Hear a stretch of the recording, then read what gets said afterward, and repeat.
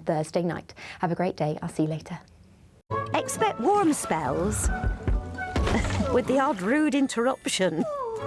Box Boiler sponsors the weather on GB News. You could win your entire Christmas on us this year, all magically delivered to you in time for the big day. There's cash, £30,000 in tax-free cash to make your new year go with a bang. There's also a further £10,000 to spend on all the gifts. We've also got Christmas lunch for you, with £1,000 in vouchers to spend at your favourite supermarket. And finally, a festive GB News goodie bag, so there's something for everyone under the tree. For another chance to win, text WIN to 63225. One entry costs £2.50 plus one standard network rate message. Or text BONUS to 63225. 5 entries cost £5 plus one standard network rate message. Go to gbnews.com/win. Entries start at £2.50. Call 0903 686 3232. Calls cost £2.50 plus your network access charge. Or post your name and number to GB17 PO Box 8690 Derby DE1 9TT. UK only. Entrance must be 18 or over. Lines close at 4 p.m. on the 28th of November. Please check the closing time if listening or watching on demand. GB News Breakfast, every day from 6 a.m. It's about this project. What are you doing with it, and what are you hoping to achieve? Hi, Stephen. Hi, Anne. Hope you're well. Hi. Yes. I'm partnering with Genesis Care, which is a private healthcare company, and basically following their research, which shared that the number one fear of people who get diagnosed with glioblastoma is that they lose their memories. Now, that's obviously affects me because Tom was my brother, and his 2 points in his life was raising awareness to treatments and the power of positivity. Tom's family were called the Positive Parkers, and we were an extension of the Positive Parkers. So Genesis Care have created this campaign called the Memory Bank, which is an art installation that basically you go to. It was in the Westgate Shopping Centre in Cambridge, and now it's in the Genesis Care Centre. Just here in the UK, it's about 13,000 people are diagnosed with this sort of primary brain tumour, glioblastoma, as you were saying. Did Tom ever say that that was his greatest fear, was losing his memory? He didn't really. Tom lived in the moment. He never made us feel like he was diagnosed. He was always positive. Even in his worst days, he'd come in with a smile on his face. And what comes to mind is he'd go into an interview like this and say wonderful things about life, like such spiritual, deep messages. And I'd turn to him and I'd say, Tom, that was just phenomenal. And he'll say, like, I've no idea what I just said, like. GB News, the People's Channel.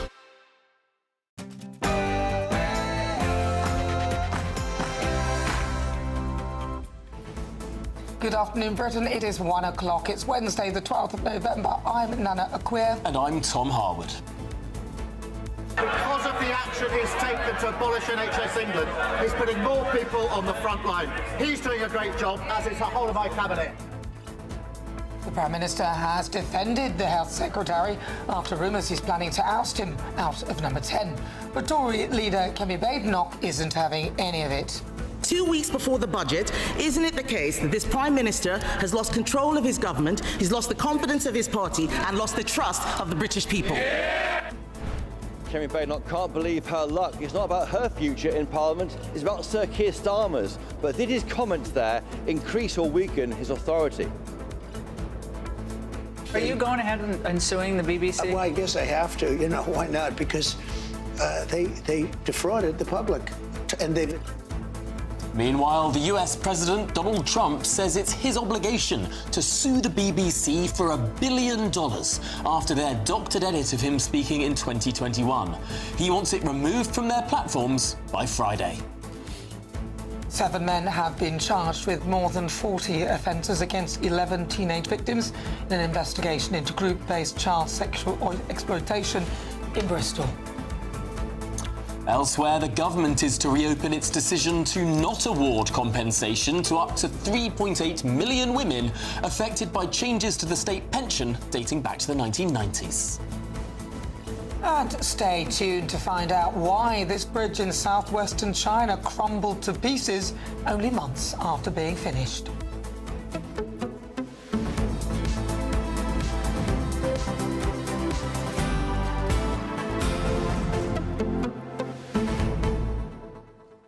Well, this is Good Afternoon Britain, and thank you so much for your company this afternoon. What a day it is in Westminster. Here we are sitting in the heart of Westminster, where it feels like the government is hanging on to the edge of a sort of cliff by its very fingernails. But didn't it feel as though that kind of was a setup for Keir Starmer, so it came internally?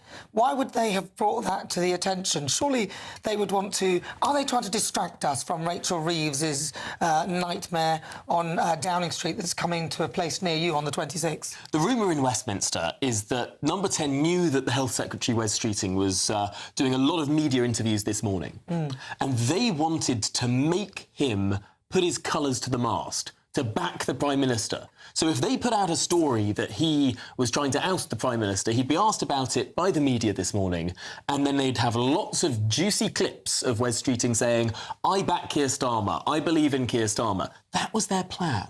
That's a very silly plan, though, isn't it? Because Keir Starmer is not popular. In fact, he's the least popular Prime Minister ever. Rachel Reeves is the least popular Chancellor ever. And if one of them goes, I think the pair of them would be gone. I don't understand why they would think it was a good idea. Wes Streeting must be sitting there thinking, great. Well, it seems like it's backfired enormously. That the Prime Minister has somehow managed to incompetently fire the starting gun on a leadership contest into himself. The most bizarre thing about this all is Wes Streeting is widely considered to be one of the most effective media performers in the entire cabinet. And they gave him free rein on a number of channels this morning to put his case across, his side of the story across, and do it in a good-humoured way. Wes Streeting's stock today is higher than it was last night, and Keir Starmer's stock today is much, much lower. Well, he poo-pooed it, didn't he, Wes Streeting, on all those platforms, saying what a ridiculous idea it was. He made jokes and used traitors as part of his comedy act. But the thing is, what do you think at home? Does Keir Starmer need to go? GBNews.com/your say. But first, let's get your latest news headlines.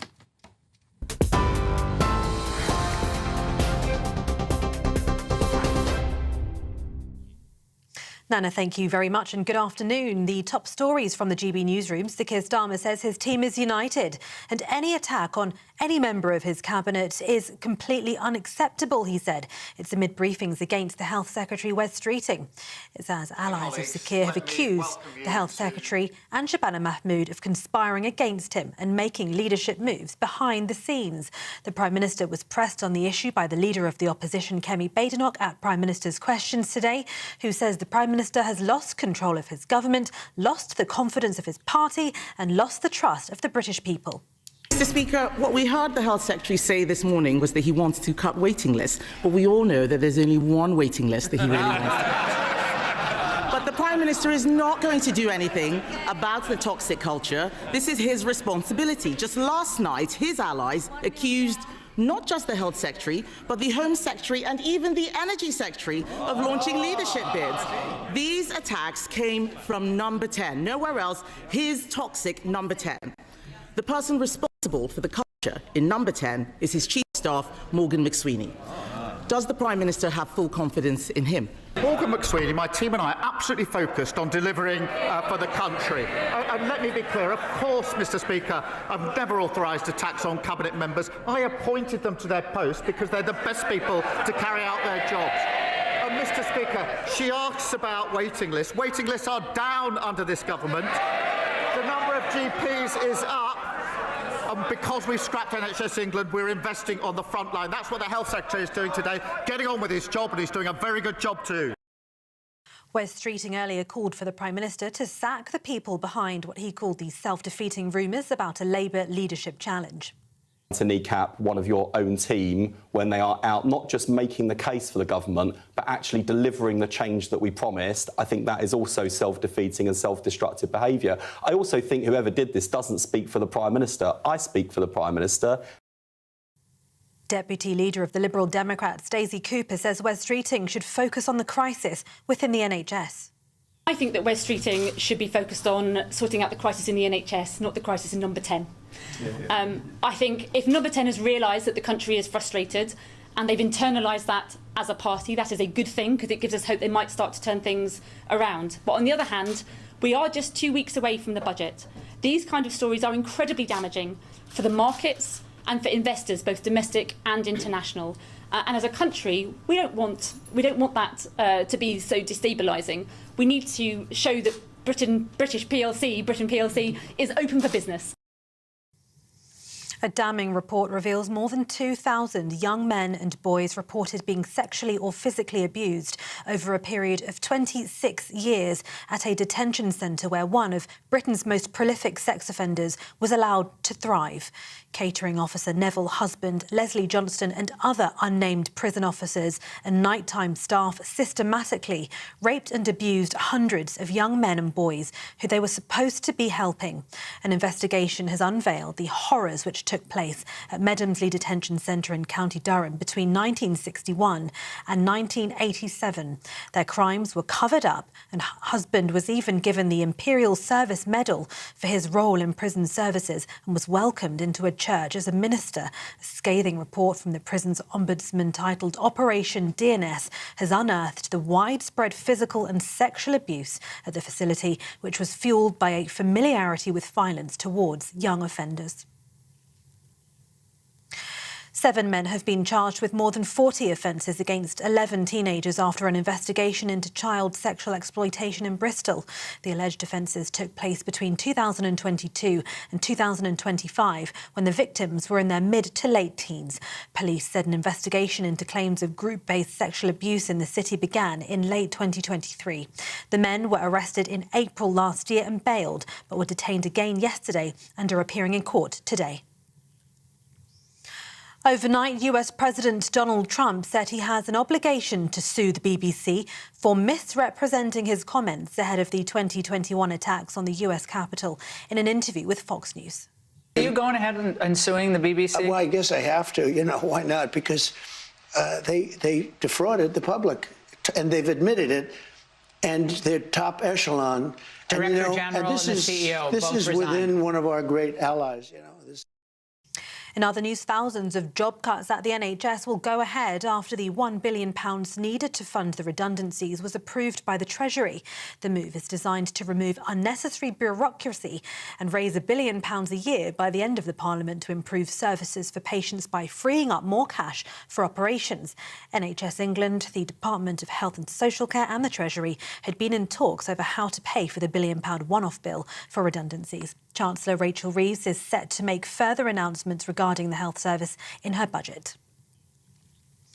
And Cristiano Ronaldo has confirmed the 2026 World Cup will be his last. The 40-year-old, who's scored 953 goals for club and country, also said he would retire from football in 1 or 2 years' time. Next year's World Cup, taking place in Canada, Mexico and the United States, would be Cristiano Ronaldo's 6th.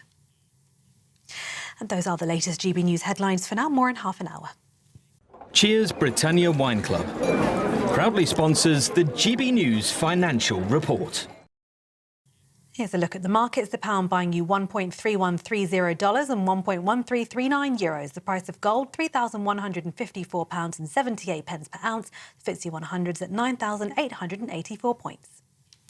Cheers Britannia Wine Club proudly sponsors the GB News Financial Report.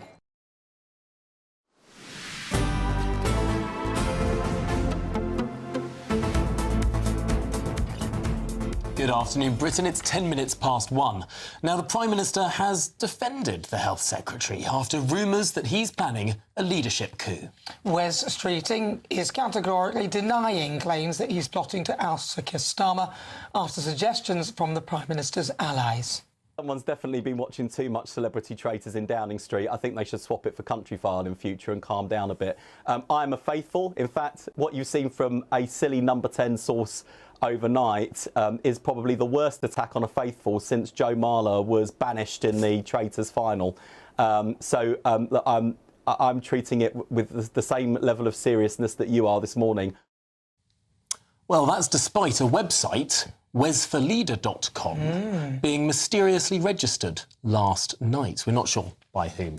Well, his comments come as Number 10 insists that the Prime Minister will fight off any attempt to remove him as leader. Right, well, let's cross line to GBNews political editor Christopher Hope, who is in Westminster for us. Christopher.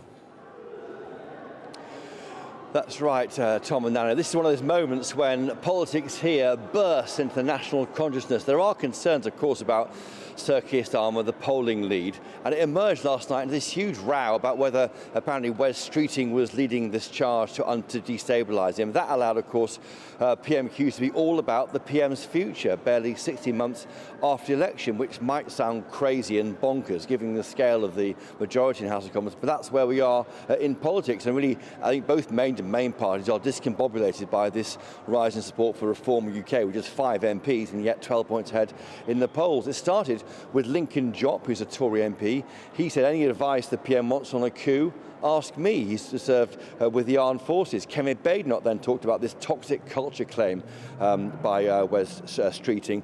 Did the PM have confidence in Morgan McSweeney, his key aide, of course? This government has descended into civil war. The PM, for his part, gave a strong answer in reply. He made clear he wants to see past this noises off about coups and try and deliver for the British people. Here's what he said in reply to Kemi Badenoch. I've never authorised attacks on cabinet members. I appointed them to their posts because they're the best people to carry out their jobs. Mr. Speaker, she asks about waiting lists. Waiting lists are down under this government. The number of GPs is up. Because we've scrapped NHS England, we're investing on the front line. That's what the Health Secretary is doing today, getting on with his job, and he's doing a very good job too. OK, there, Keir Starmer, he also said we're a very united team, to which the Tories scoffed and shouted. I could barely hear some of the PM's remarks upstairs in the press gallery. Also asked about Real Beach from a Plaid Cymru MP. That was the one bit of levity, wasn't it? The PM said he'd rather fancy the appealing idea of a walk on Real Beach. My colleague Catherine Forster has just been sitting through the briefing with the PM's aides after the PMQs. Very briefly, the Number 10 said the PM's focus is on delivery for the British people, and the unauthorised briefings will be dealt with. These leaks are frustrating distractions, and the PM will serve at the next general election. So, extraordinarily, all the talk here is about the PM's future, despite that landslide he won last year. Don't forget, there's only 2 living former Labour PMs who won elections, Tony Blair and Sir Keir Starmer. That's an interesting element of this. Chris, I wanted to ask you, that given that this Prime Minister has been in office for barely over a year, I mean, it's been, what, 15, 16 months? Have you ever known at least this level of speculation amongst a Prime Minister's own MPs this early after an election? No, I can't. I think there was some concern about Margaret Thatcher in the very early 80s, before the Falklands War, Tom, when she was pushing unemployment went very high. She won the landslide in 1979, but not everyone was behind her in her first term. Of course, the Falklands War allowed her to ride to victory in part in 1983 and set the tone for Thatcherism in the 80s. So everyone forgets, don't they, that you can have a big majority, but your future as PM is never that secure. You're only first among equals. All right, thank you very much, Christopher Hope. He's live in Westminster. Well, now we're joined by the former Conservative MP, Nick Fletcher. And Nick, you've known some treacherous colleagues in your times, and the people that are sitting on the back benches of the Conservative Party have been sharpening knives behind Prime Ministers. It must be fairly relaxing to sit there as a former Conservative MP and see exactly the same happening on the Labour benches.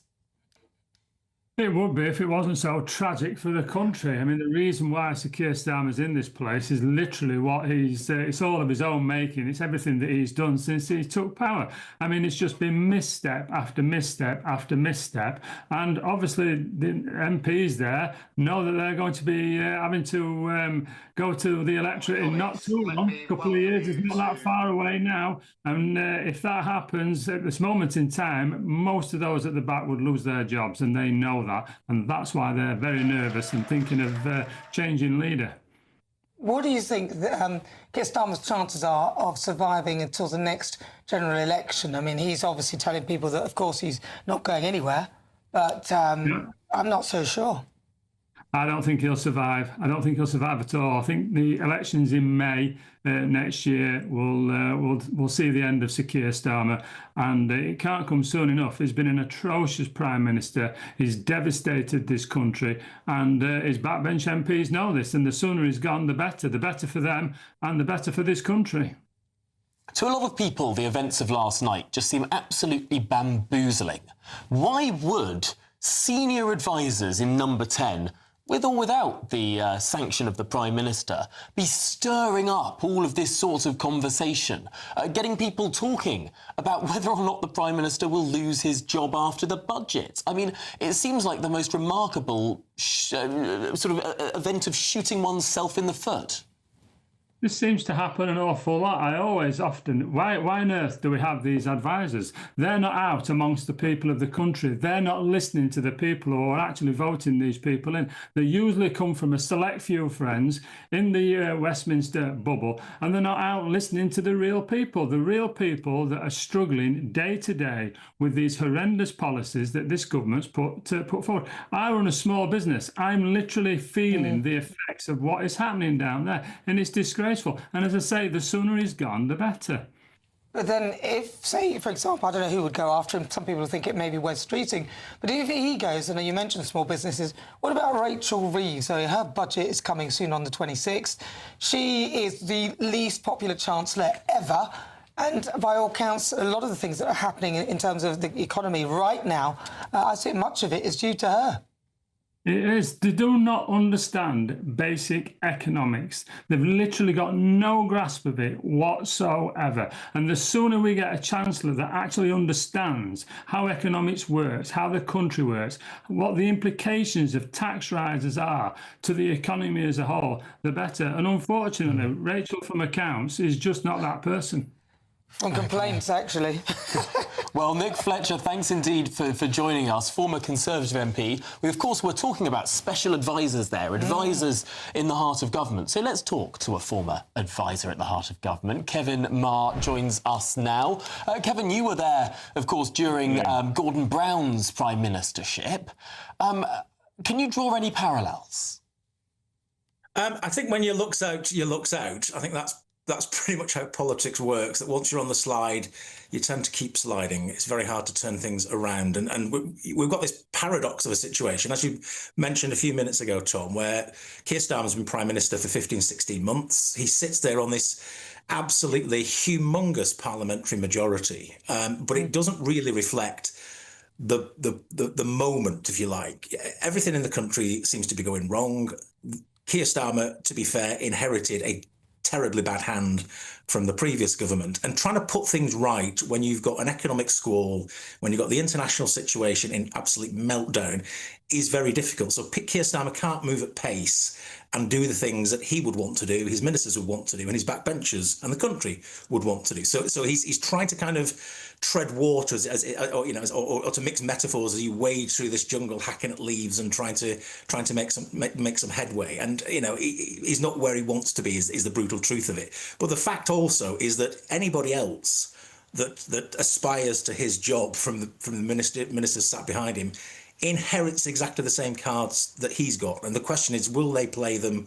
Could they play them in a different way? And there's no answer to that. If it was Wes Streeting, or if it was anybody else that replaced Keir Starmer, if he decided one day, look, I've had enough, I'm going to go and do something else, I'm going to go for that walk on Rill Beach, as a backbencher suggested that he might want to do at the Prime Minister's questions. If anybody that takes over inherits the same very difficult situation, same difficult cards, and it's not clear at all that they would play them any differently, which leads me to conclude that bad though it may be for Labour MPs looking at this, looking at the opinion polls, looking at the state of reform and all the rest of it, they won't actually move against Keir Starmer. He'll have some more time to try and turn things around, and I suspect that he'll still be there in a couple of years' time. Yeah, but Kevin, I've been listening to a lot of people who voted Labour, and they're saying, we voted Labour, but we're not doing that this time because we can't stand Keir Starmer. And there is this visceral dislike of Keir Starmer. I don't know, some people say he's quite charismatic when, outside of politics. But there is a visceral dislike of him, even those who voted Labour. And Labour MPs can smell that now, and they realise if he's not gone, then it's toast. They're toast. So I think it's It's deeper than that. It's Keir Starmer himself. I mean, that's a fair point. You can't look at the opinion poll ratings, both for the government and particularly for the Prime Minister, and conclude anything other than it's not going well. Now, the question is, has Keir Starmer got the ability to transform that situation? He's hobbled, as I say, by some of the legacy and some of the difficult issues that he's dealing with. But there's an awful lot more he can do in his own personal performance, I think, to improve things. I remember in the 35 years ago when people said very similar things about John Major, that he's unpopular and he's incompetent and all the rest of it. But in small groups, people thought he was very personable and very likeable. And since he's not been Prime Minister, his reputation has improved exponentially. The same. It feels the same a little bit with Keir Starmer. That's up to Keir Starmer to improve that. Of course, John Major did go on to lose the worst election victory of any Conservative party by that point. But Keir Starmer became Prime Minister on the back of a sort of blank slate. He was seen as bland and unthreatening. And now he's been Prime Minister, people have started to paint on their own views to him. He's no longer a blank slate. It's very hard to come back from that once someone's made their mind up about you. As I say, when you're sliding, it's very difficult to stop sliding in politics, especially in government. And every government tries to renew itself in government, and is the usual phraseology, and always fails. So I suspect some of this weighs on Keir Starmer. I think what he wants to do is to get to the midpoint of this Parliament, to see if the economy starts to pick up, to see if public services can improve, that if he can turn a corner. It wouldn't surprise me at that point if Keir Starmer then said to himself, if I'm the problem, I will go and I will pass the baton to someone else, because Keir Starmer's had a full career, of course, in the law before he even entered politics, and I suspect he's one of those rare creatures at the top of politics that can imagine life after politics. I don't know. I think if he thinks everyone's against him, he might throw his hand in the ring and put on a general election for us so that he stays at the helm. And, you know. But Kevin, thank you very much. That's Kevin Marr. He's a former Labour advisor. What's his name? Not the boring one. Tory. John Major. So many of them. John Major. Yeah. Reminds me of Mr. Ben. Do you remember Mr. Ben? Oh, no. The children's character? Yeah. He was really bland. He was really bland. He looked like the Home Pride man. He'd go into a wardrobe in a shop and become a different character, like an astronaut or something. OK, well, I think we learned a bit more about how John Major's private life is a little bit more exciting than perhaps people had thought. But that was after you left Number 10. This is Good Afternoon Britain on GB News. Lots more still to come. Yes, Wes Streeting insists he's not trying to oust Sir Keir Starmer after overnight briefings, indicating it was his plan. He's speaking live any moment now. Stay tuned. All of that and more to come. You're on GB News, Britain's #1 news channel.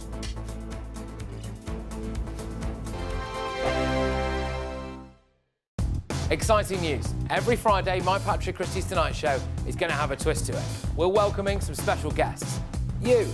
That's right, on Fridays I'm going to be doing my show in front of a live studio audience, because this show is about you and what you have to say. It's going to be the same big debates, same big topics, same big opinions. But every Friday night at 9 p.m, you are invited to come on down to Patrick Christie's Tonight to be a part of the action.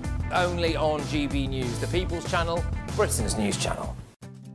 I'm Martin Daubney. This is GB News, Britain's news channel. GB News Breakfast, every day from 6 a.m. We have a very interesting guy in the studio called Will Whitehorn, who's a space expert. And the reason we got Will in is that NASA have plans to send astronauts to live on the moon. And it's not how you think, though, is it?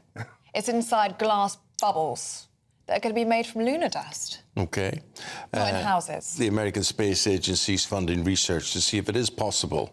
And let's get Will, who does believe it's possible. And will you be going, Will? Well, not to the moon, obviously. No. That's going to be a bit expensive.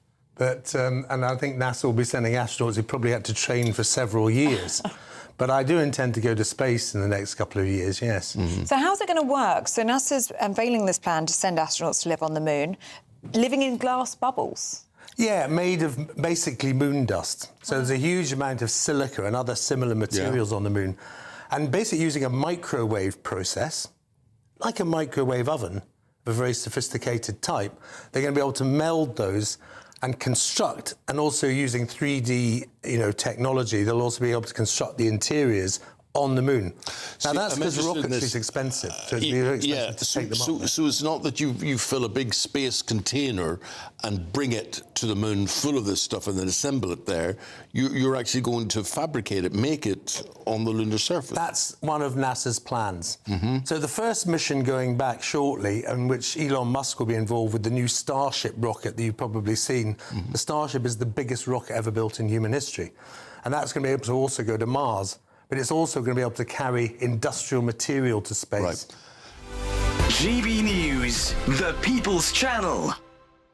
Hi, I'm Michelle Dewberry, and my show is your opportunity to cut through all the noise and dive in headfirst to some robust debates. Ideas clash. Situation, No, Because the failure is... You're deliberately avoiding my point. Nothing's held back, And if you think this is the end of it, wait for more. and we do not shy away from the difficult stuff. Sometimes I want to shake people and say, if only you understood. So join me on Jubes & Co. weeknights at 6 p.m, only on GB News, Britain's news channel.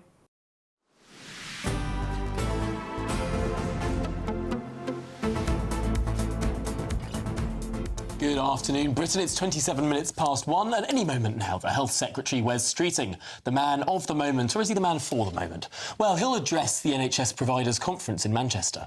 Now, this comes as he urges the Prime Minister to sack those behind rumours he's planning a leadership challenge. Well, we're joined now by the former Conservative Immigration Minister, Tom Pursglove. Tom, of course, you've been around for a while in politics. You've seen many a Conservative Prime Minister rise and fall. Does it feel like sort of the last days of Rome, as it did in the last at the end of the last Parliament? But we're only into the first year or so of this Parliament. Feels very familiar to me, and once the genie is out the bottle, you can't put it back in. And I think if you're Team Streeting, you will be rather pleased with that media round this morning. It was very slick. I think that the briefing against him, he was able to castigate the briefer, and he was able to trot out a number of brilliant lines. And I think, actually, if you were Labour MP sat in the House of Commons today, you watched that performance this morning, and it was probably a bit of a breath of fresh air, because his communication skills are some of the best that we have in British politics. And I say Tom, that it sounds like you're about to endorse him. No, but I also think, though, it's important to be, kind about people who've got real abilities. And actually, I do think that Wes is someone in politics who I don't agree with his politics, but I do think he's a remarkable talent. And the way in which he conducted himself this morning was a pretty sublime performance. Do you think that Keir Starmer has long in the role? Just obviously in the Conservative Party, they had like a role of leaders. How many in total? About 5 in one very short space of time. But looking at Wes Streeting, do you actually think that Keir Starmer may well be out of post before the next general election? I feel like it could come far sooner than that, because this just isn't a deft political operation. It is misstep after misstep. Yeah. And in recent weeks, you've had the issue with Rachel Reeves and the buy-to-let property. You've had the issue with Angela Rayner having to resign over stamp duty. You've had the Peter Mandelson issue. You've had David Lammy with foreign national offender prisoners. And also this issue in recent days to do with Lisa Nandy and the appointment of the football regulator, of which it seems the Prime Minister was also involved, even though he perhaps should have been recused from that. So once these things start happening, it just doesn't tend to stop. You're in that slalom, you're on that slalom, it just keeps on coming. So it doesn't feel to me like it's getting any better. I listened to every single interview that Wes Streeting did this morning, and he did play the hits. He did repeat the same jokes in every interview, but I mean, that's to be expected, I suppose. One of the most interesting questions, I'm not sure this has been widely picked up on, was he was asked, will you back the Prime Minister after the budget? Will you absolutely say he should stay on after the budget? And he said yes. And then the question came, will you say he should stay on after the May elections? And there was a clever politician's answer to that question. It was, he's got a big challenge in the May elections and we support him, but not that he should stay as Prime Minister. The May elections could really be the pinch point here. Sophistry always comes into these things, doesn't it? But, the point I would make is that these lines stand until the facts change. And so it's very easy for ministers to appear on television programmes today, but the circumstances will be materially different, no doubt, after the budget in a few weeks' time. So there is always, I think, in politics, this temptation to give answers that deal with the problem on the day rather than thinking longer term. I suspect that presented with the circumstances that he was in, he took the view that this was the way to get through these interviews this morning. But the fact that he was given this opportunity to audition, the fact that he was able to send this message to his colleagues around his communication skills and the very deft performance that he did put in this morning, I just think is extraordinary and a complete miscalculation in number 10. If I was the Prime Minister, I would be furious that this issue has now begun to take on a life of its own in a way that was perhaps murmurings amongst backbenchers in the tea room, has now become a newspaper story, but also now is leading the news coverage on television and on social media as well. All right, well, let's bring Santa Kadu in, because she's joined us now. Stella, you're hearing what's going on. Wes Streeting has suddenly, it feels like he's thrown his hat in the ring, intentionally, unintentionally. Where do you stand with it? Do you think he'd make a better leader than Sir Keir Starmer? I don't think Wes Streeting is doing something personally. I think he's going on with his job. I think what's happening is that people around him who want to see him become leader, because he is a very charismatic person. He's a very talented frontbencher. He's definitely an asset for the Labour government. So people will be preparing, as will a lot of other people in the Labour Party, as it's natural, as it's always the case with allies of politicians who are seen to be doing well.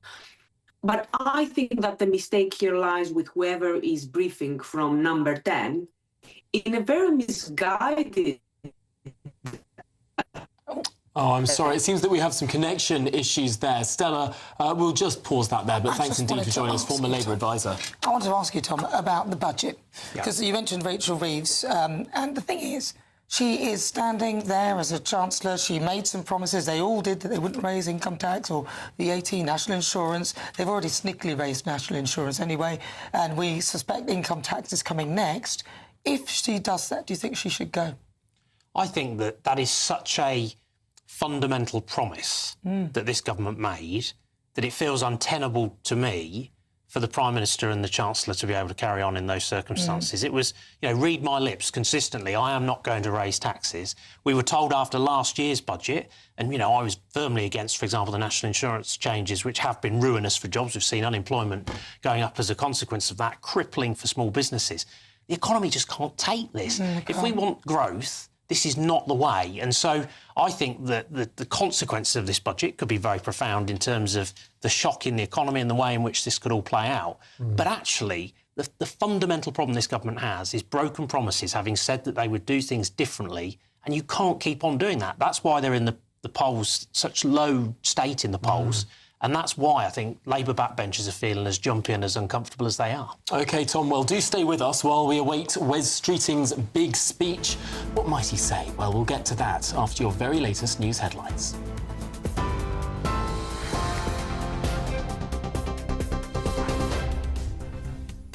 Tom, thank you. The top story: Sir Keir Starmer says his team is united and any attack on any member of his cabinet is completely unacceptable, he said, amid briefings against the Health Secretary. Allies of Sir Keir have accused Wes Streeting and Shabana Mahmood of conspiring against him and making leadership moves behind the scenes. US President Donald Trump said he has an obligation to sue the BBC for misrepresenting his comments ahead of the 2021 attacks on the US Capitol in an interview with Fox News. Are you going ahead and suing the BBC? Well, I guess I have to. Why not? Because they defrauded the public, and they've admitted it, and their top echelon. Director General and the CEO This both is resigned. within one of our great allies.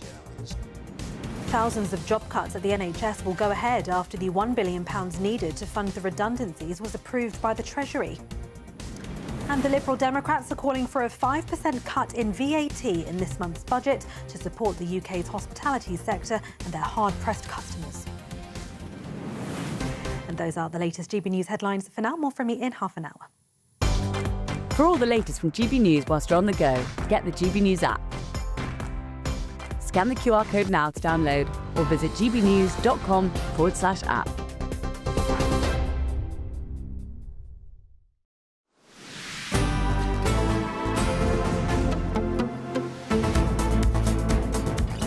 Thank you, Tatiana. Good afternoon, Britain. Lots more coming up on today's show.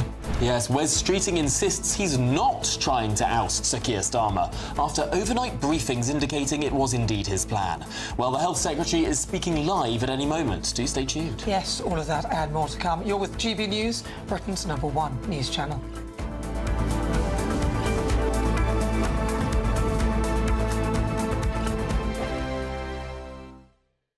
Hello, welcome to your latest GB News weather update brought to you from the Met Office. Further rain to come for many areas through the next few days. Today, though, it's across western areas of Wales, southwestern England, where we'll see the heaviest rain. For many of us, a cloudy and fairly breezy day to come. We've got a weather front just moving away from Scotland, a northerly wind coming in here, and a weather front across the southwest. That's bringing some heavy rain to parts of Wales, southwestern England through today. That's where we have rain and wind warnings in force through a lot of today. That rain's going to gradually move its way northwards, but before it does, there will be some dry and fine weather across a slice of parts of Northern Ireland, Northern England, southern areas of Scotland as well. But we do have a cold northerly wind coming into parts of Northern Ireland and much of Scotland, so it will feel much chillier here. Fairly pleasant, though, in the sunshine in the south and east, particularly through this afternoon, as we've still got mild southerly air coming in here, so 14 or 15 degrees, but plenty of cloud around and a lot of rain still across parts of the west through this evening. Now, that rain's going to move northwards into parts of northern England, southern Scotland later on this evening, and we've still got this northerly wind bringing in showers, perhaps some snow flurries here and there across northern areas of Scotland as well. So quite a cold feel here this evening. Now, that rain continues to move northwards. It moves quite slowly, though, into parts of southern Scotland, northern England. Some heavy rain here. We haven't had as much rainfall here recently, so we're not expecting too many impacts, but it will probably be fairly wet on the roads by tomorrow morning. Elsewhere, though, it's going to be fairly dry across the south and west through this evening after a wet day, and by tomorrow morning temperatures will start to fall away a little, but it's going to be a particularly cold, a bitterly cold start across northern areas of Scotland tomorrow. Now, that rain starts to move southwards, really lingering across parts of southern Scotland and Northern Ireland through Thursday. Elsewhere, though, further south, a drier interlude to come before further rain arrives on Thursday night. Have a great day. I'll see you later. Thank you, Britain, for making us the fastest growing news website in the UK. We're truly humbled, and we couldn't have done it without you.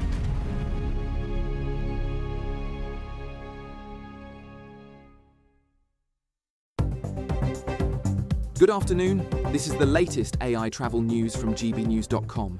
Drivers face significant closures. The M6 northbound at junction 42 in Cumbria, M1 southbound exit at junction 24A in Leicestershire, and routes between the A435 at Evesham South and the M5 in Gloucestershire. In Greater London, a vehicle fire on the M25 anti-clockwise has closed one lane, causing congestion.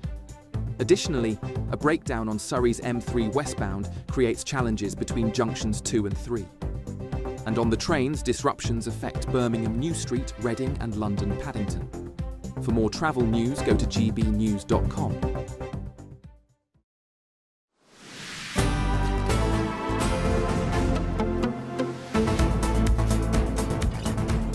Good afternoon, Britain. It's coming up to 20 to 2. We're expecting Wes Streeting, the man of the moment, to speak in the next 5 minutes. And while we wait, we're in the studio with the former Conservative Immigration Minister, Tom Pursglove. Tom, this is a big moment for Wes Streeting. Yes, he's done the sort of media round this morning. He's got a set-piece speech, long in the diary, of course, but this is an opportunity to put some of those rumours to bed. It is, but it's also a real opportunity for Wes Streeting, a bit like the morning media round was today, in that all eyes will be on him. This is a major set-piece speech that he's going to be making, and I suspect that rather like he was able to show in the on-screen discipline this morning his skills and credentials, there's also an opportunity this afternoon to be able to show a different set of credentials behind a lectern giving a speech. Now, he will want to, of course, not be anywhere near any such rumours, but there will be people, no doubt, speculating about his performance both this morning and this afternoon, and so I suspect this will only fuel the story even further. And it hasn't really helped either, because Keir Starmer's been on, 50 jaunts? The last one, COP30, where there were protesters outside, really not happy with what's going on. Stella, who joins us now, Stella Chantakadu. Stella, we were talking about Keir Starmer. We were talking about whether where you feel he is now, and you were talking about how there's a mess with the communications in number 10. But I think it's more than that. If you speak to a lot of Labour supporters, they will say, many of them are saying that we can't stand Keir Starmer. Yeah, there was an excellent article by Alvarez in the New Statesman, the new political editor of the New Statesman, in which he was saying how, that she was referring to a famous psychologist who said, whether a couple is about to divorce by the way that they speak about each other. And the key sentiment is contempt. And if there is contempt in a marriage, then you know that sooner or later, no matter what the couple is saying, there will be a divorce. And this is how a lot of journalists here, MPs, speak to them in private. Perhaps they will not do it in public, but in private, they speak of the leadership with a lot more misery and dark humor than they used to. There is definitely none of the hopeful sentiment that we saw last year. Obviously, people know that it is a very difficult situation and the Labour government needs to do some very difficult things. And a lot of MPs are hoping that maybe Rachel Reeves will do some of them in this budget. And then before the next election, there will be, as bloodless as possible, a leadership, and a new leader will take the party into the next general election. Stella, it seems that there are competing pressures on Rachel Reeves for her budget in 2 weeks' time. Number one, the pressure from the markets, which is saying, balance your books, which is saying, my goodness me, if you keep on borrowing at the rate you're borrowing, you'll be charged more for that borrowing and therefore be even deeper in the red. But on the other hand, you've got Labour MPs who refused even the most cursory cuts to the ballooning benefits budget, now saying spend even more benefits, almost £4 billion on benefits to people on benefits who are having more than 2 children. I mean, these two things are utterly contradictory. She's going to say that she wants to raise taxes to balance the books, but with the other side of her mouth, she's saying, well, she's actually going to splurge more money on benefits.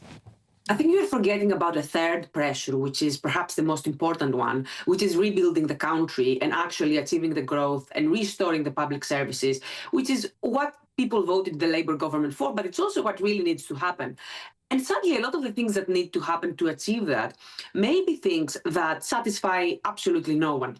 And there may be things that sound painful in the short term, like, for example, increasing taxes. But in the long term, they're absolutely necessary. That's a completely fair and principled left-wing argument. I would just gently say, why didn't they make it in the general election? If the Labour Party really did want to come in and raise taxes to spend more on public services, it's completely legitimate. Lots of left-wing parties do that all over the world. In the history of this country, it's happened. But they said they wouldn't do that. They fought the election and they won a handsome majority by saying, look, we're going to make the country better and don't worry, you're not going to have to pay for it. We're not going to raise your taxes. Read my lips. They never said read my lips like Bush Sr. said, but definitely they did try to make the case that they would not be raising the tax. And you know what? For a full year, they did it. They raised taxes by £40 billion. Stella, they've only been in for like 16 months, so it's just 1 year and 4 months, frankly. So they've already... This is a manifesto promise, though. People may have voted to them on the strength of that. The budget that we're looking at is somewhere between 15 billion and 40 billion pounds, right? One of the reasons why it is the way it is because of the Bank of England yields and how expensive the interest of servicing the government debt has become. Now, this is something that is not because of the Labour government. This is not something that Keir Starmer or Rachel Reeves did to cause. On that point, that's no. I think that's a fundamental misreading of the situation. We have higher gilt yields in this country. The amount that the Chancellor has to pay back individuals who invest in this country is much higher than any other G7 economy. The Financial Times has referred to this as a moron premium because of the amount of borrowing that was piled onto this country in the last budget. If you borrow more as a country, your borrowing costs rise. And we did see borrowing costs rise after the last budget.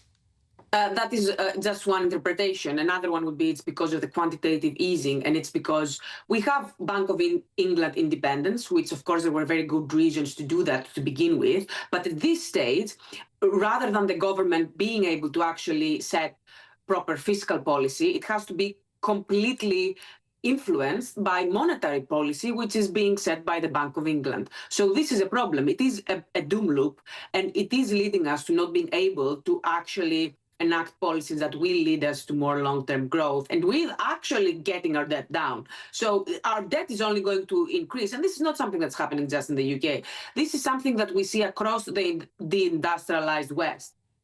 Well, exactly, which is why you can't blame it all on the Conservative Party. You see, it seems convenient that when Labour are handling it, it's everybody else's fault apart from their own, well, yet they spent 14 years in opposition. Tom, do you think that they would have known a lot about the economy? They claim to act like they never knew anything about this, but the black hole that they said existed, well, they would have been able, surely they'd have been able to access information, Tom. Well, the black hole that was proclaimed after the election was a falsehood in the first place and a complete nonsense. And what this government has done is what Labour governments always do, which is to spend more, borrow more, and the consequence of that is going to be tax rises, which began with that national insurance rise last autumn, which was a clear broken promise, which was a complete abdication and repudiation of the manifesto commitments and everything that was said in the general election. I well remember Rishi Sunak saying, Labour will put your taxes up, bookmark this tweet. That has been shared so many times on Twitter over the course of the last few weeks. And I think, you know, it's just going to carry on at this forthcoming budget. And often when we were in power, Labour ministers used to blame everything on domestic decision-making by Conservative ministers. Now it's all the consequence of external international pressures. I think it's rather ironic, but actually what they're doing is what they always do. It's reverting to type. OK, Stella, let's come back on some of that, particularly the international pressures versus the domestic decisions. I mean, I suppose any reasonable person might say perhaps it's just a bit of both. Absolutely, there's a bit of both, but I still blame the Conservative Party because it was Margaret Thatcher who made sure that we industrialised, and she accelerated that, and it was the decisions of the Conservative government which are leading to us now not having any nuclear power, not having an industrial basis, and being in the position we are, where we're incredibly dependent on the service sector. That was George Osborne who thought it was a good idea. George Osborne thought it was an amazing idea that the entire economy is going to be based on services which are primarily based in London. And guess what's happened? Services, we cannot. I'm sorry, I'm going to have to interrupt you. Wes Streeting is walking to the stage now. Let's listen. So much for that introduction, and thanks to all of you for being here. I'm delighted to be here, given the, or to give the announcement that everyone's been talking about in the news today. That is the government's reforms to NHS system architecture. But I do want to address this leadership speculation up front, because I know there is concern about how long the man in the top job has left. So let me reassure everyone, I'm doing everything I can to persuade Jim Mackey to stick around for as long as possible. And it is a relief, actually, but genuinely great to be here with all of you today. And I'm really grateful, Daniel, for the leadership that you and NHS providers is showing at such a challenging time. But before I get into the challenges, let me just start with the positives. Because right now, we're achieving things in the NHS we've not seen for a long, long time. And I know it's not been easy. I've made considerable demands on you, and will continue to do so. But you've shown over the last year or so that while the NHS was broken, it wasn't beaten. You've provided 5 million more elective appointments, 135,000 more cancer diagnoses within the 28-day target, and cut waiting lists by over 200,000. Ambulance response times and 12-hour waits in A&E are down. There are 2,500 more GPs. In fact, we now have the highest number of GPs on record. You've opened over 100 community diagnostic centres at evenings and weekends, new surgical hubs to bust the backlog, the extra doctors, nurses and mental health staff we need to treat patients on time. And together we've built the 10-year plan for health to create the truly modern health service that we're all crying out for. These are the green shoots of recovery that are beginning to renew confidence and restore faith in our National Health Service for both patients and for our staff.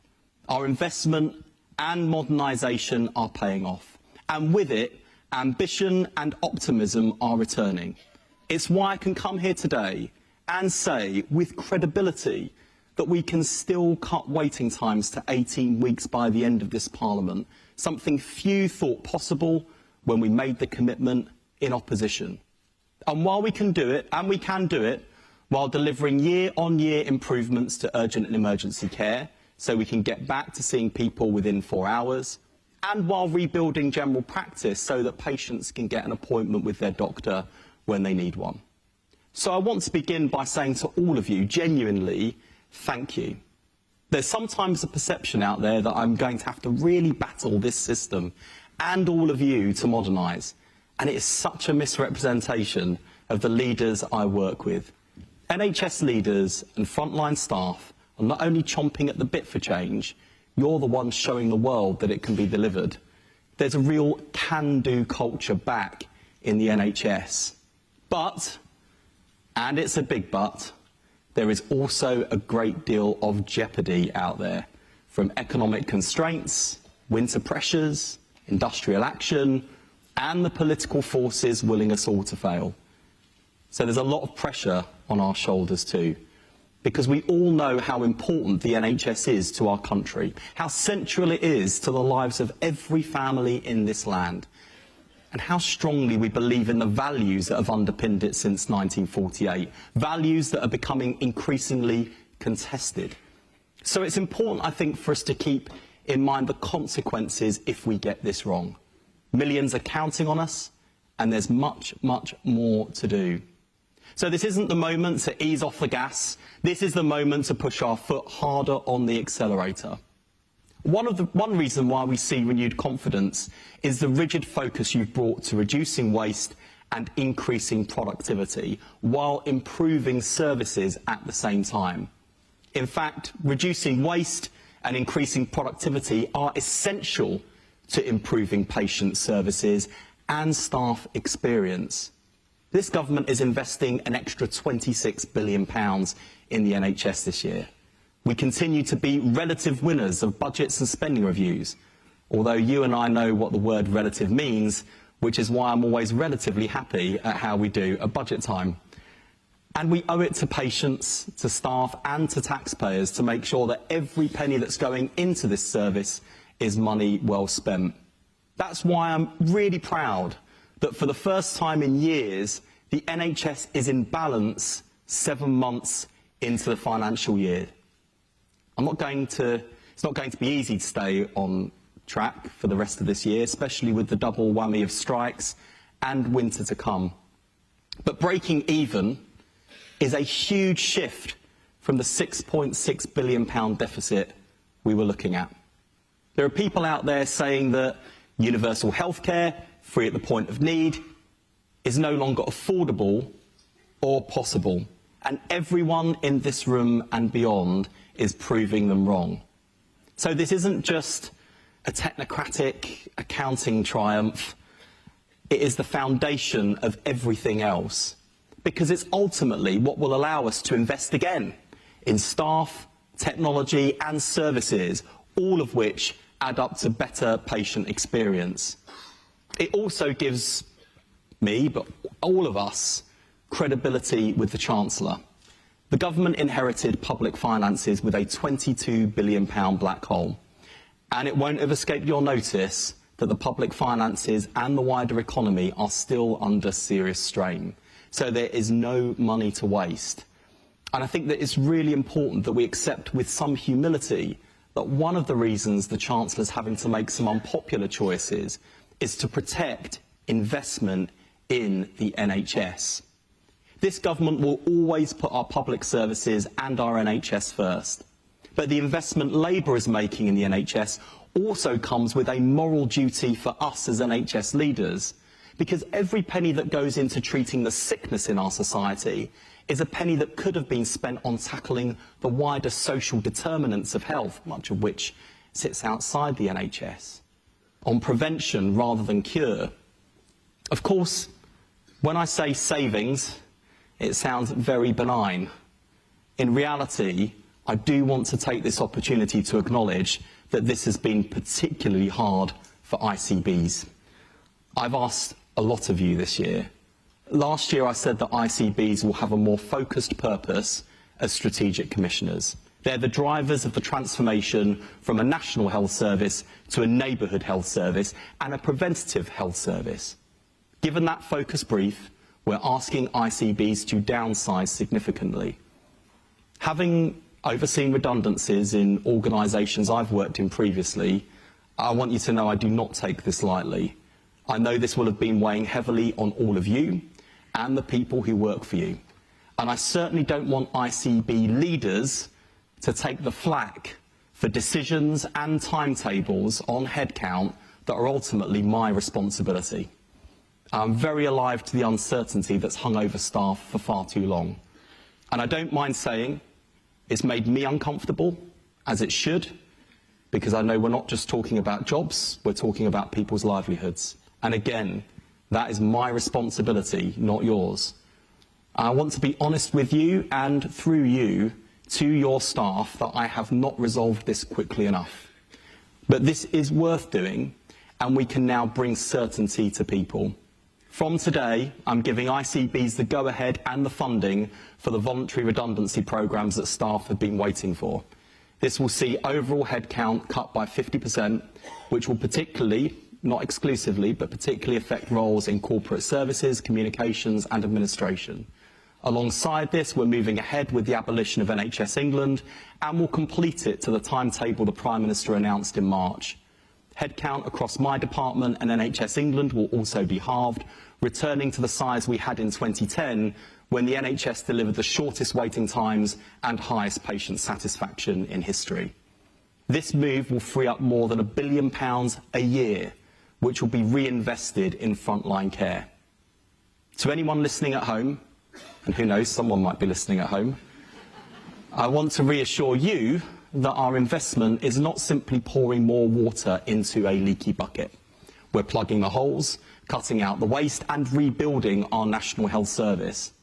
And to those of you here today, and hopefully you're listening, we aren't simply changing staff numbers, we are ending the constant assurance, ad hoc demands and micromanagement that you've been subjected to.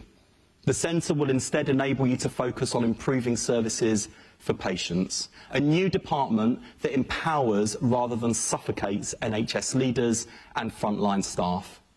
And I have to say, the way in which leaders across the service are responding to the scale of the challenge I've placed on you has been extremely, genuinely impressive. The energy, determination and sense of shared responsibility to succeed is remarkable and makes me very proud to lead this service. Going into this winter, we're seeing that same energy and determination as we do everything we can to prepare.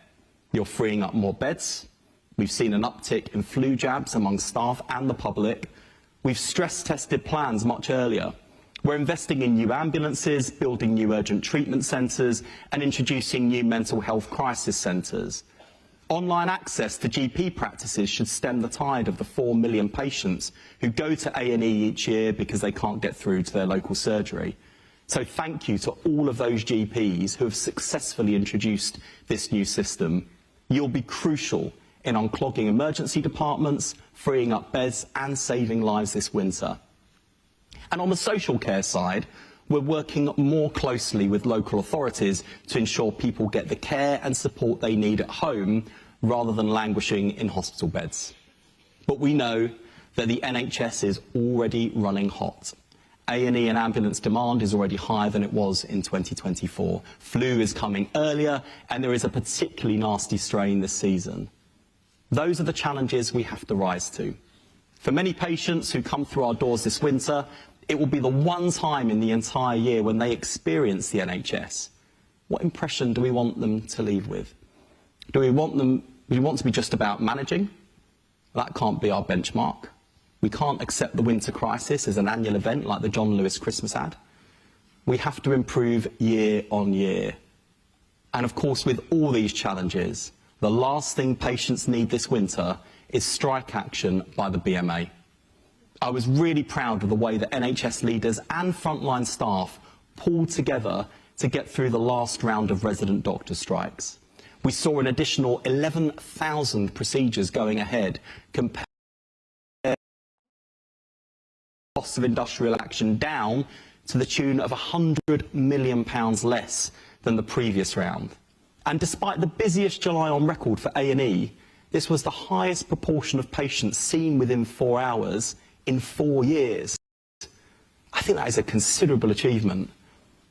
And I want all of you to know that it wasn't lost on me how hard you all worked to keep the show on the road.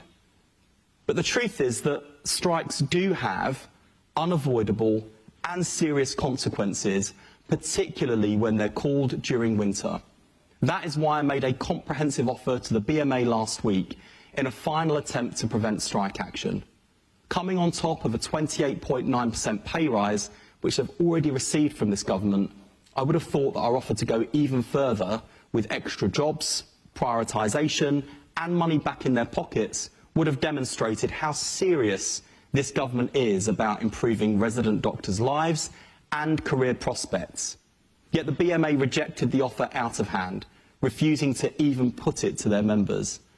If strikes do go ahead, at a cost of around £240 million, we will not be able to afford the same offer again. So my message to the BMA is simple. Postpone the strikes, trust your members, and give resident doctors a say. Patients, doctors, and the wider NHS staff all lose if strikes go ahead. And there is still time for everyone to win. That brings me to a broader point about choices and trade-offs. When we pull together and when we mobilise behind the ideas in the 10-year plan, we can deliver year-on-year improvement, change and transformation that gets the NHS back on its feet and fit for the future. When parts of our team fail to recognise that we can't solve everything for everyone, everywhere, all at once, that's when we run into difficulties. That's what makes our collective job much harder. I know I'm preaching to the choir in this room because as leaders, there are choices and trade-offs that you face every day. And it's really important that we continue to work together to face those choices and trade-offs in an honest way. Because the progress of the last 18 months tells a bigger story. One of a service beginning to believe in itself again. That's quite something, given the horrendous state of neglect the NHS was in after 14 years of underinvestment and mismanagement. And we have to be honest that some of what we're doing has never been tried before. Success won't happen overnight. I, will make some mistakes along the way. That is all part of learning and improving. But together, we've begun restoring confidence. We've built strong foundations for real improvements. We've moved from barely scraping by to having real hope and big ambitions. I said there'd be fewer targets and less bureaucracy, and there are. I said there'd be no more short-termism, and we now have multi-year funding settlements to give you the certainty you need. I said the centre would be smaller, and it will be. I said that power would be handed back to patients, professionals and providers, and it is being. All of this is why we're today in a position to declare that the NHS is on the road to recovery. And at the heart of that revival is our 10-year plan for health. It sets out how we'll transform the service of today into an NHS fit for the future. Our 3 big shifts will create a new model of care that not only catches up with the rest of the pack, but leads the world. The plan breaks with the fiction that you can run a health service of 1.5 million staff who deliver 600 million patient interactions every single day from an office building in Whitehall. The new care model is backed by a new operating model, anchored in clear and consistent principles. Power and resources should flow to local providers, frontline staff, and ultimately be placed in the hands of patients. Autonomy should be earned by meeting public expectations, delivering high-quality care with excellent financial oversight through world-class leadership. Good performance should be incentivised and rewarded. Poor performance should be held rigorously to account. And transparency and choice are not essentials. They are essentials, not nice to have. That's what lay behind our decision to publish new NHS league tables. I know there was a concern when I announced them last year that this would be about naming and shaming and good old-fashioned manager bashing. I hope you can see now that this is actually about confronting the challenges we all face with grown-up honesty. I was delighted, for example, with the way the Queen Elizabeth Hospital in King's Lynn, a hospital which is literally being propped up on stilts responded to being bottom of the table. Let me just share with you what the Executive Managing Director, Chris Bound, said. He said, and I quote, "The issues about our waiting times in our emergency department being too long, our waiting times for cancer care and elective care being too long, and our financial situation are not attributed directly to the state of the building. There are things we must do within this building to improve the experience of patients and staff." Now, the reason I highlight that as an example is he could easily have said, "Oh, it's all because my hospital's falling down." And I know he could have said that because I recall offering that defence myself on BBC Local Radio in his part of the world earlier that day. And in contrast to what I said, what Chris did was offer the warts and all honesty that is the first step on the road to recovery. And not making excuses and covering backsides, but actually taking responsibility and showing a determination to improve even when factors are stacked against you. That is how we turn the NHS around. But even as we let go of the top-down approach of the past, we're not abandoning trusts to their fate. Those at the bottom of the tables will receive more support. At the other end, good performance will be incentivised and rewarded. This new culture of openness drives change and builds confidence that the NHS can learn and improve, which is crucial to restoring people's faith in the NHS itself. And today I want to talk about the next steps we're taking on our new operating model. The first step is a real empowerment of primary care and general practice. Already, the hard work and innovation of GPs across the country are helping to renew public confidence in the NHS, as the reversal of a decade of declining patient satisfaction shows. And I know it's not easy. The demands of a 21st century population, the demands of ageing and rising health need have led to unsustainable workloads. We've already halved the number of targets in the GP contract and are investing an extra £1.1 billion.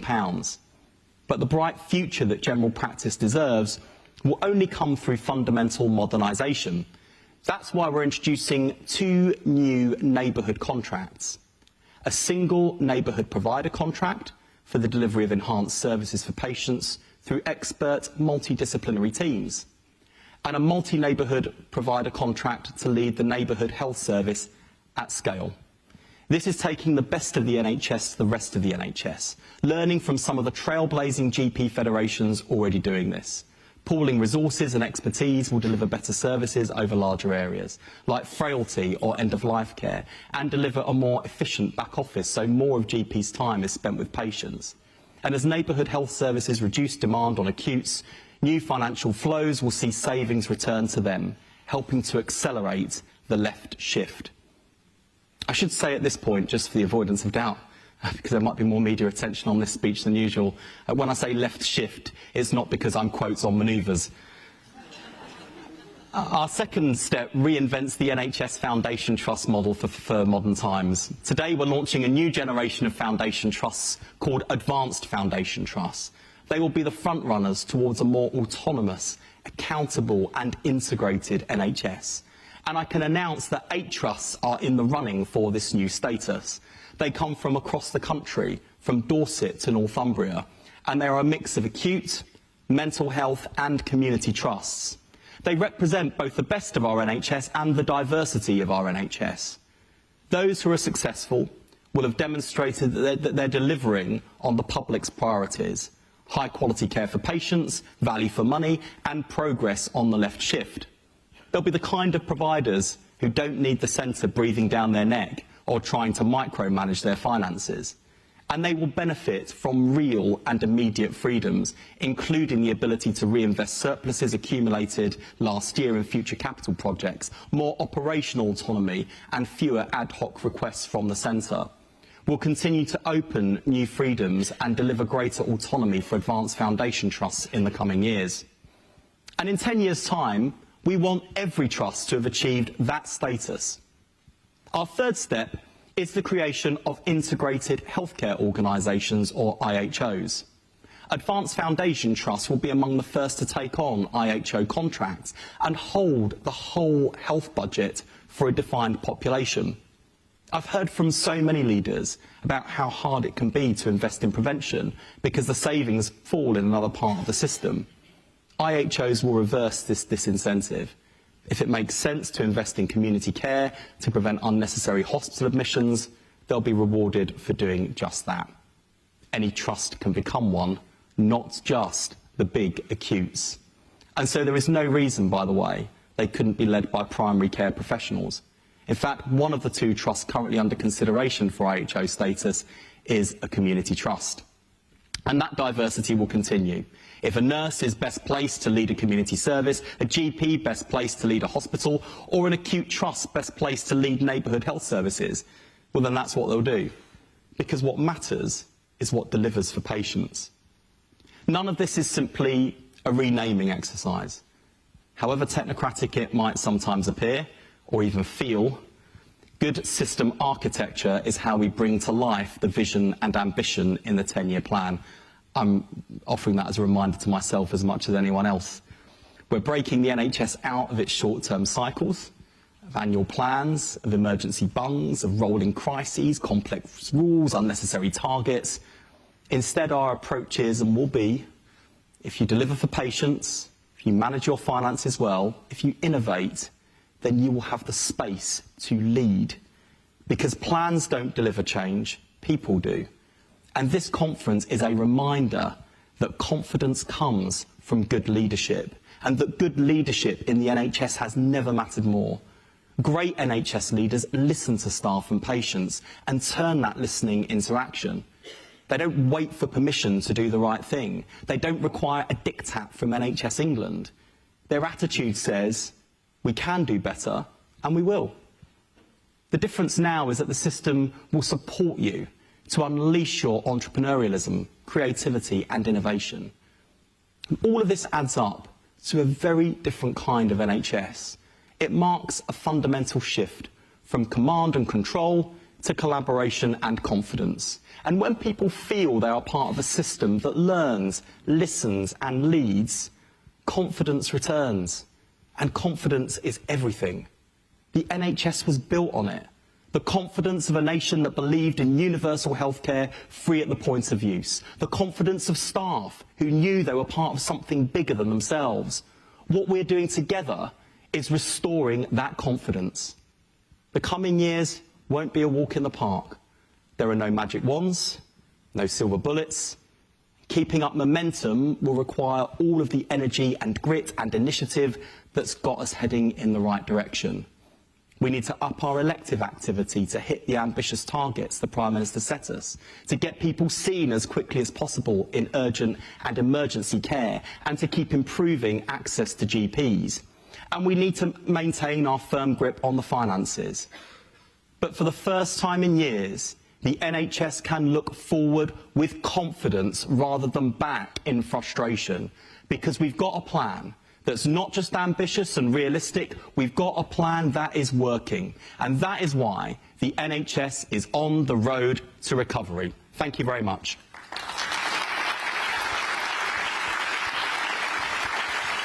Well, there we have the next Prime Minister. Sorry, I mean the Health Secretary. Speaking there in front of many, many health professionals. Joining us is our political editor, Christopher Hope. Christopher, of course, the NHS stuff there, interesting, endlessly interesting, but everyone's thinking about the politics. Well, it's not just us. All news channels have been focusing on that health speech, and that wouldn't have happened were it not for the headlines overnight. And we all wondered what's happening here. And his response, of course, I think, in broadcast rounds interviews this morning was classically Wes Streeting, almost proving why he's so good. He said, I didn't shoot JFK, I'm not involved in Shigar, I'm not briefing against the PM, and so it goes on. I mean, it's this kind of... I think last night was a strange evening when the chatter of Parliament burst out onto the national airwaves, and a lot of viewers and listeners are going, what's that about? Why is Keir Starmer even even apparently on the way out, having won the election last year. It's insane. And, of course, that dominated, didn't it, PMQs. I thought it started very well with Lincoln Jopp, a Tory MP, saying that... A very good performance from Lincoln Jopp. Yeah, who few know, but I've known. He's a funny guy, a good guy, actually. He talked about his service in the army. Any advice on a coup, ask me, he said, which punched at the moment really well in the chamber. And then Kevin Badenoch, 6 questions, a much stronger Kevin Badenoch than we've seen. He's getting stronger and stronger.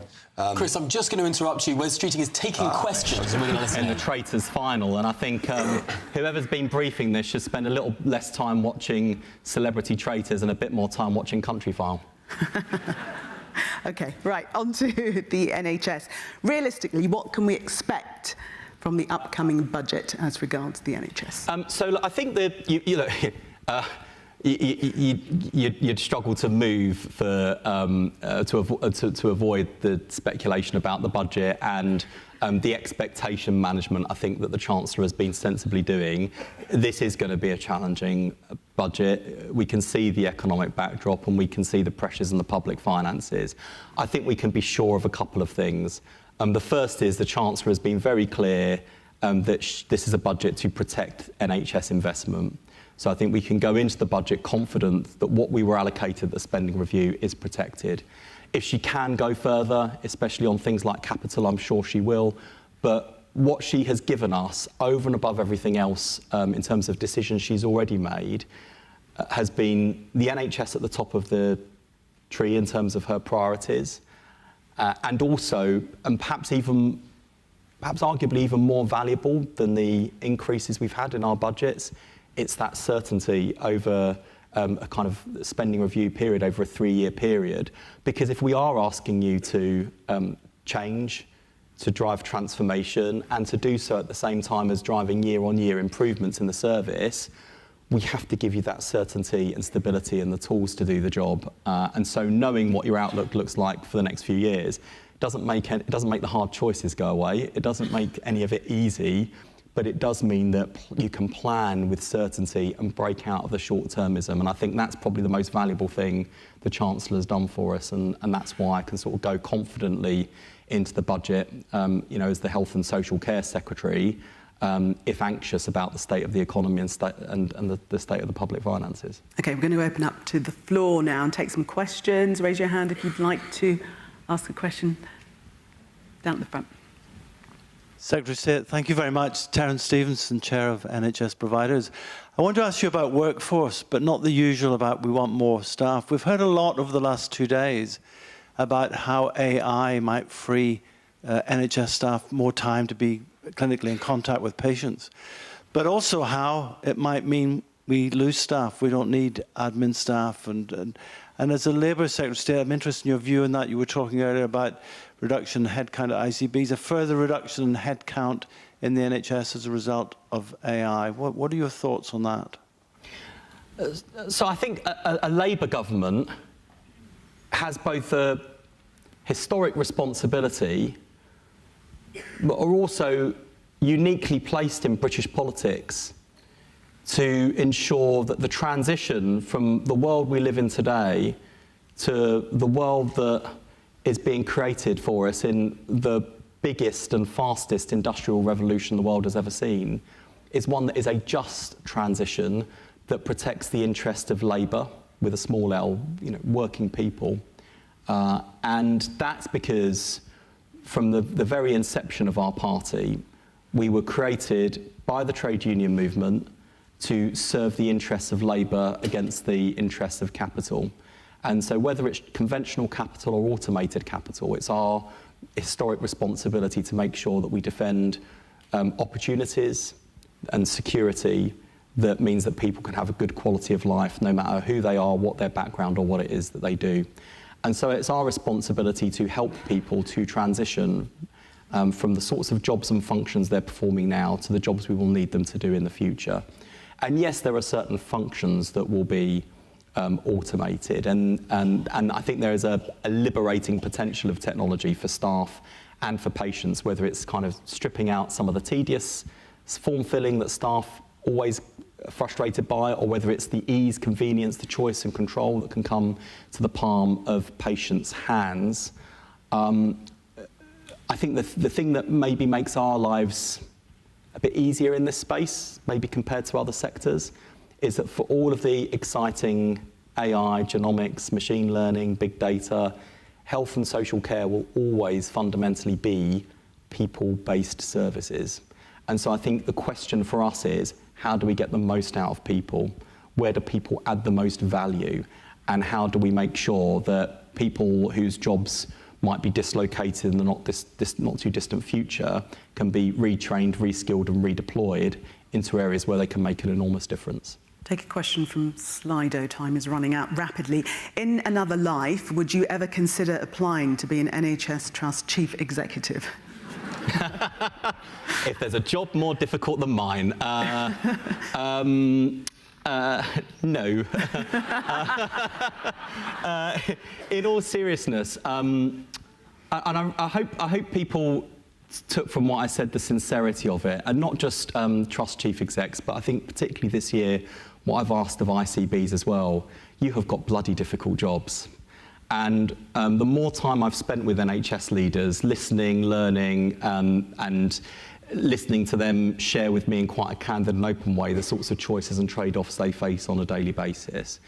They have a huge amount of risk that they're carrying, a huge amount of responsibility, and they are carrying it well. There are always some that are better than others, and there are always different types of leadership challenge. So someone who's a great leader in one job might then encounter a new challenge that actually a different leader would be suitable for. Well, Wes Streeting there answering questions at the NHS Providers Conference. Christopher Hope, our political editor, here with us in the studio with immediate analysis. Yes, what was interesting is where he went with his questioning, Tom. He was asked a question there by NHS Providers, a chair of that group, I think, about AI and the health service, then roamed around towards the foundation of the Labour Party, the trade unions, and so it goes on. That's in my ears and your ears are alive to what are they really saying here. He is saying, look at me, I can talk about the movement and our history and our culture and where we've come from as a unit, as a party, and where we go next. He's almost offering a message for what Labour is to him, which we haven't yet heard from Keir Starmer. And so that's what the kind of reading the runes, that's what the answer he gave there. Are you suggesting that this is someone who is preparing for a leadership contest? Asked a question about AI in the health service, started talking about Keir Hardie and the trade union movement. I mean, that's someone who wants to appeal to a very certain type of voter. I've just seen it before. When Theresa May was Home Secretary, she gave a speech to the Reform think tank, when it was a think tank, and she went all over the place, and I wrote it up for the Telegraph as her idea for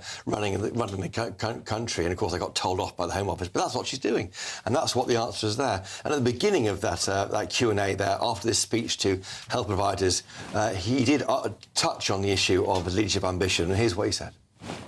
You know that I'm going to ask you about that. So Keir Starmer's vowed to fight any plots to oust him.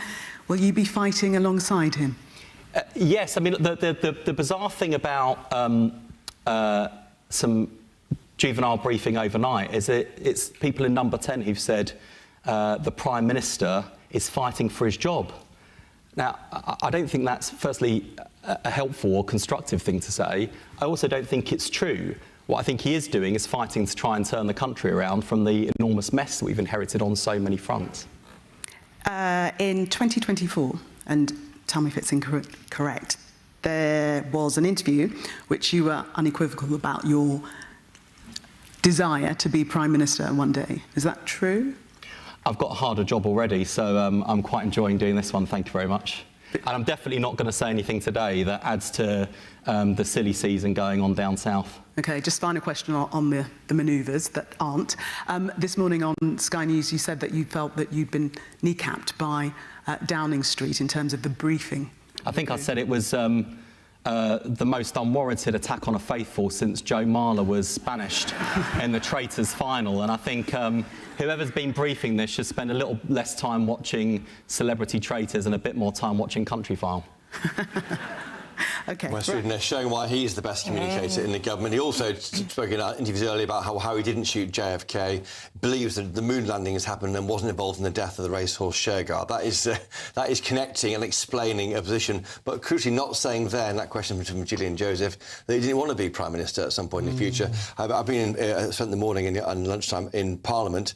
I've been told by one of the rebels who was concerned about the leadership here that heads have to roll in number 10. They think it was an attempt to try and take out a kneecap in that language, Wes Streeting, and it hasn't worked. We're now watching that speech, and we're watching it, and we're thinking, could he be Prime Minister? So even us as journalists are wondering, is he auditioning here for a big job? That wasn't going to happen until the briefing happened overnight. It's a completely bizarre cock-up, frankly, by whoever tried to secure the Prime Minister's future. But he also talked about the integrated care boards and how he's going to slash them by 50%, so he's going to save money. Yeah. And that was music to my ears. I'm listening, I'm thinking, he sounds like he might actually make a difference. Yeah, he knows if he can deliver, turn around the NHS, not have this strike starting, of course, I think later this week, the resident doctors are striking, hold the line on that, not give any ground to that, he's got a chance. And if he can turn around the NHS, there's no better foundation to claim he can be PM2. I mean, it is interesting because up until this point, a lot of the criticism of the government and of Keir Starmer has been from the Labour left.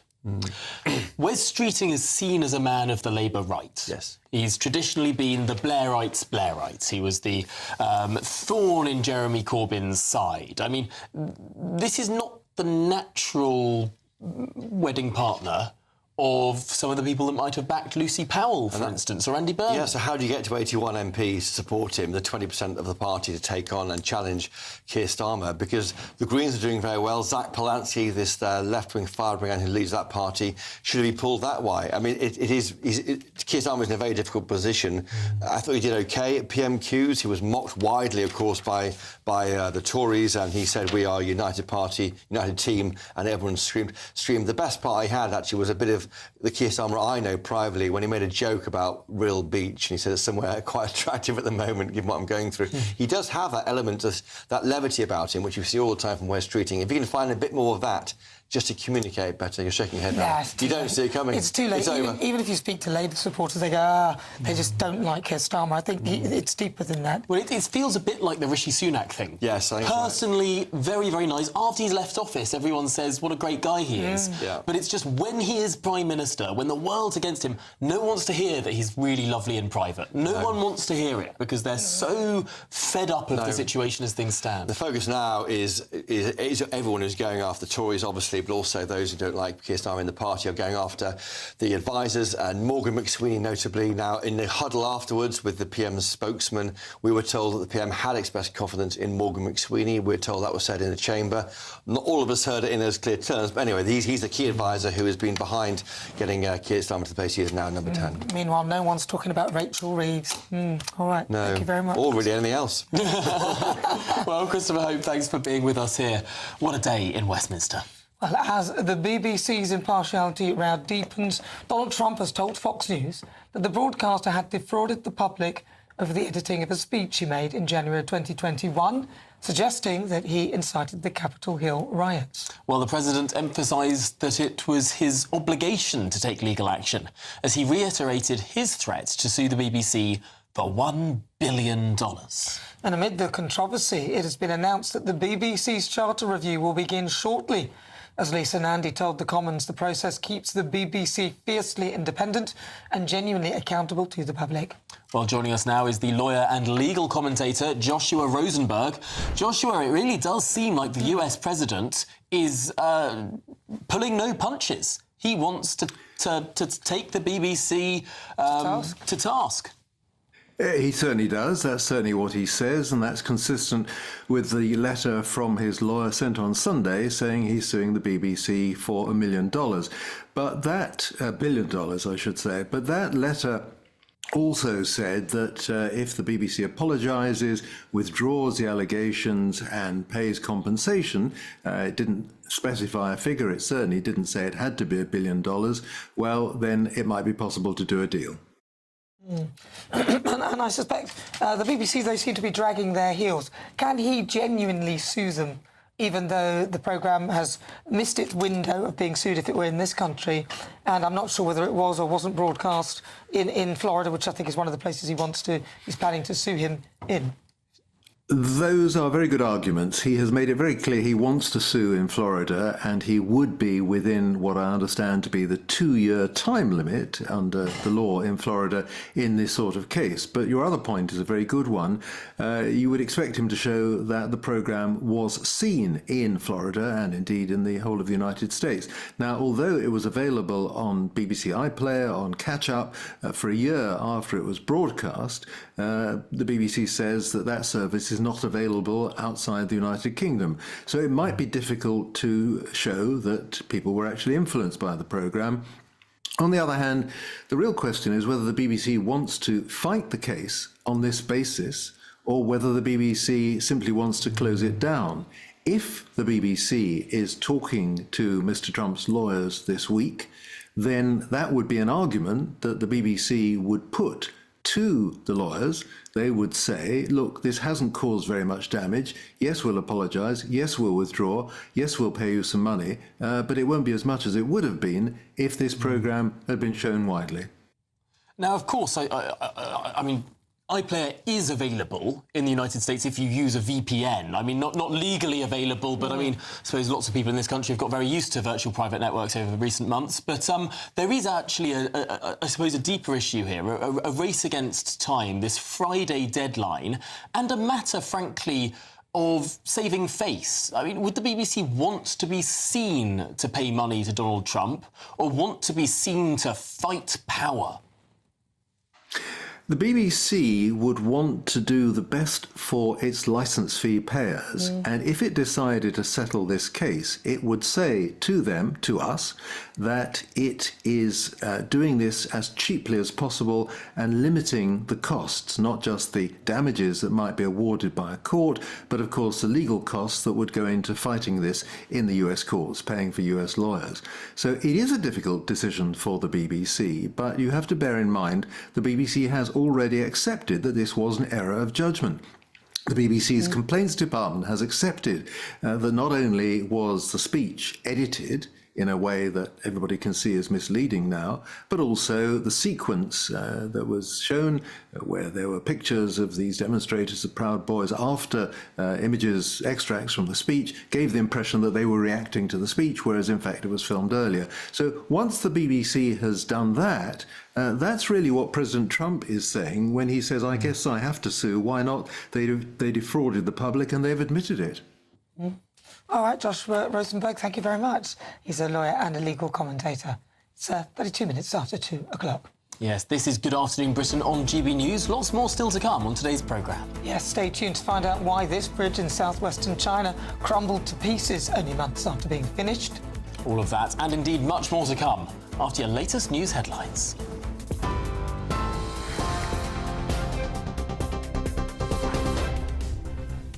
Thank you. The top story. Sir Keir Starmer says his team is united and any attack on any member of his cabinet is completely unacceptable amid briefings against the Health Secretary. Allies of Sir Keir have accused Wes Streeting and Shabana Mahmood of conspiring against him and making leadership moves behind the scenes. The Health Secretary told the NHS Providers Conference in Manchester this afternoon there's no money to waste given the state of the public finances as he pledged over £20 billion for the service. Government is investing an extra £26 billion in the NHS this year. We continue to be relative winners of budgets and spending reviews, although you and I know what the word relative means, which is why I'm always relatively happy at how we do at budget time. And we owe it to patients, to staff and to taxpayers to make sure that every penny that's going into this service is money well spent. But that's as thousands of job cuts at the NHS will go ahead after the £1 billion needed to fund the redundancies was approved by the Treasury. And the Liberal Democrats are calling for a 5% cut in VAT in this month's budget to support the UK's hospitality sector and their hard-pressed customers. Those are the latest GB News headlines for now. There's more news with Aaron Armstrong at 3 o'clock. You can now watch GB News live across the United States of America and the world on Truth Plus. Scan the QR code to find out more or visit gbnews.com/truth.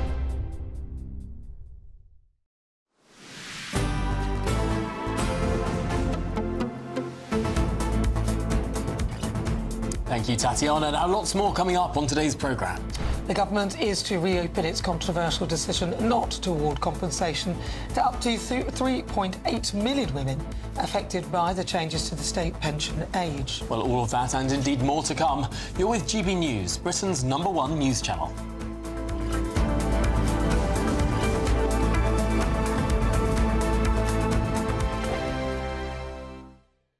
Hello, welcome to your latest GB News weather update brought to you from the Met Office. Further rain to come for many areas through the next few days. Today, though, it's across western areas of Wales, southwestern England, where we'll see the heaviest rain. For many of us, a cloudy and fairly breezy day to come. We've got a weather front just moving away from Scotland, a northerly wind coming in here, and a weather front across the southwest. That's bringing some heavy rain to parts of Wales, southwestern England through today. That's where we have rain and wind warnings in force through a lot of today.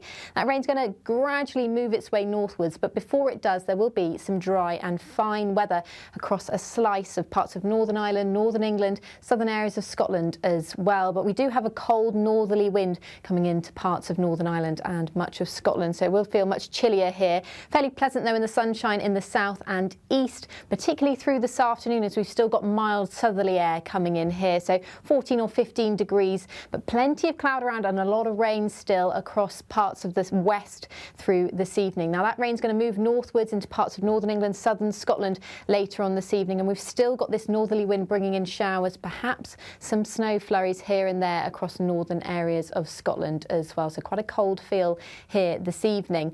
Now, that rain continues to move northwards. It moves quite slowly, though, into parts of southern Scotland, northern England, some heavy rain here. We haven't had as much rainfall here recently, so we're not expecting too many impacts, but it will probably be fairly wet on the roads by tomorrow morning.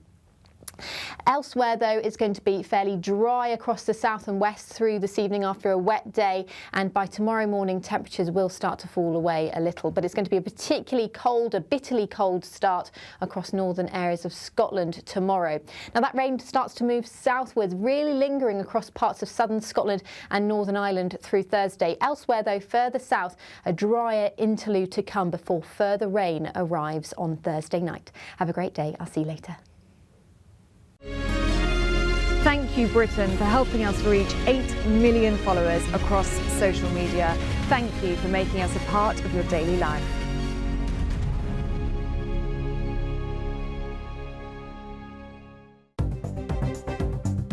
Good afternoon, this is the latest AI travel news from GBNews.com. Alert for Warwickshire drivers on the A46 southbound, with congestion causing delays between the A4177 and the M40 junction. The A19 southbound entry slip from the A182 in the northeast has one lane shut due to an incident. Travellers to Kent face disruptions on the A21 southbound, with a lane closed between A225 and A26 junctions after a collision, causing a 40-minute delay.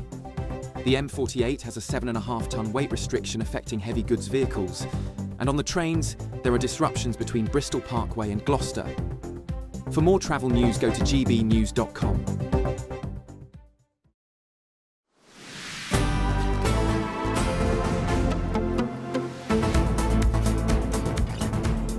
Good afternoon, Britain. It's 38 minutes past 2. Now, 7 men have been charged with over 40 offences against 11 teenage victims in an investigation into group-based child sexual exploitation in Bristol. Well, GB News' national reporter Charlie Peters joins us now to tell us more. Charlie. Well, Tom and Nana, the information we've heard from Somerset and Avon Police in Bristol is that this investigation into these alleged offences started in the November of 2023, but that these 7 defendants were re-arrested yesterday ahead of them being charged this morning, ahead of an appearance at Bristol Magistrates Court. And as you said, those 40 alleged offences against these 7 men who come from Syrian, Iranian and British nationality.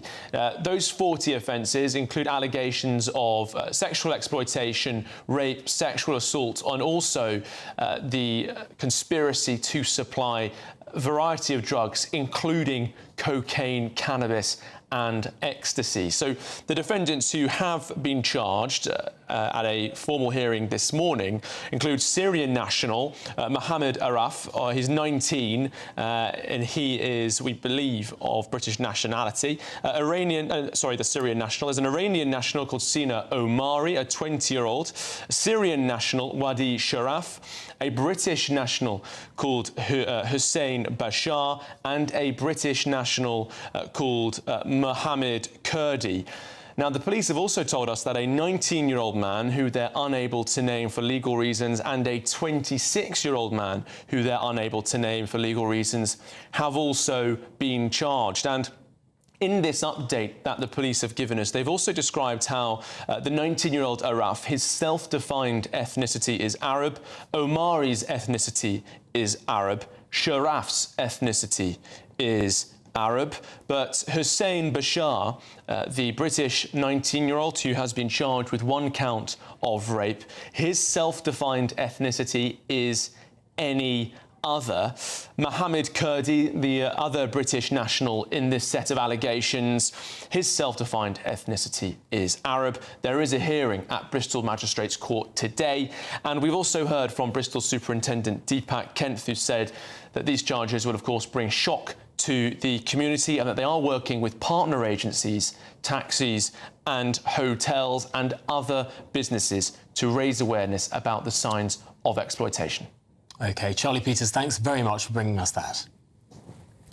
Right, the government is set to reopen its controversial decision not to award compensation to up to 3.8 million women affected by changes to the state pension age.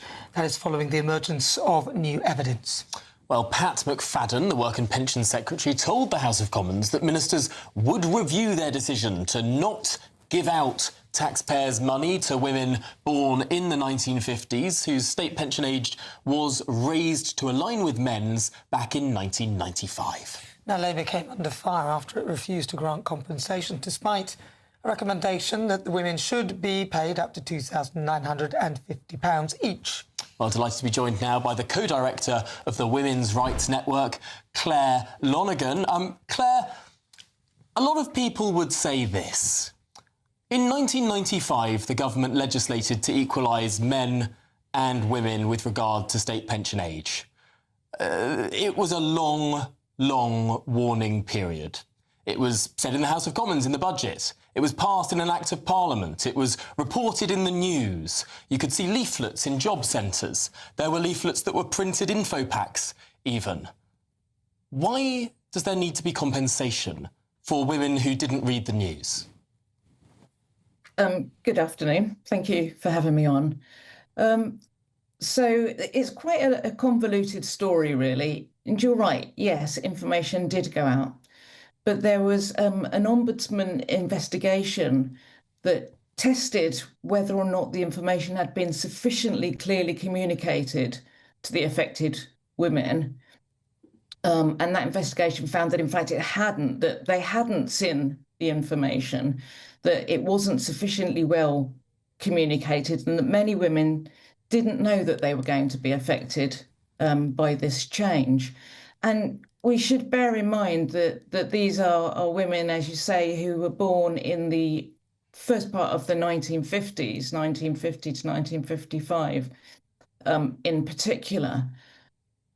You know, quite a long time before 1995. They were already well into their 40s.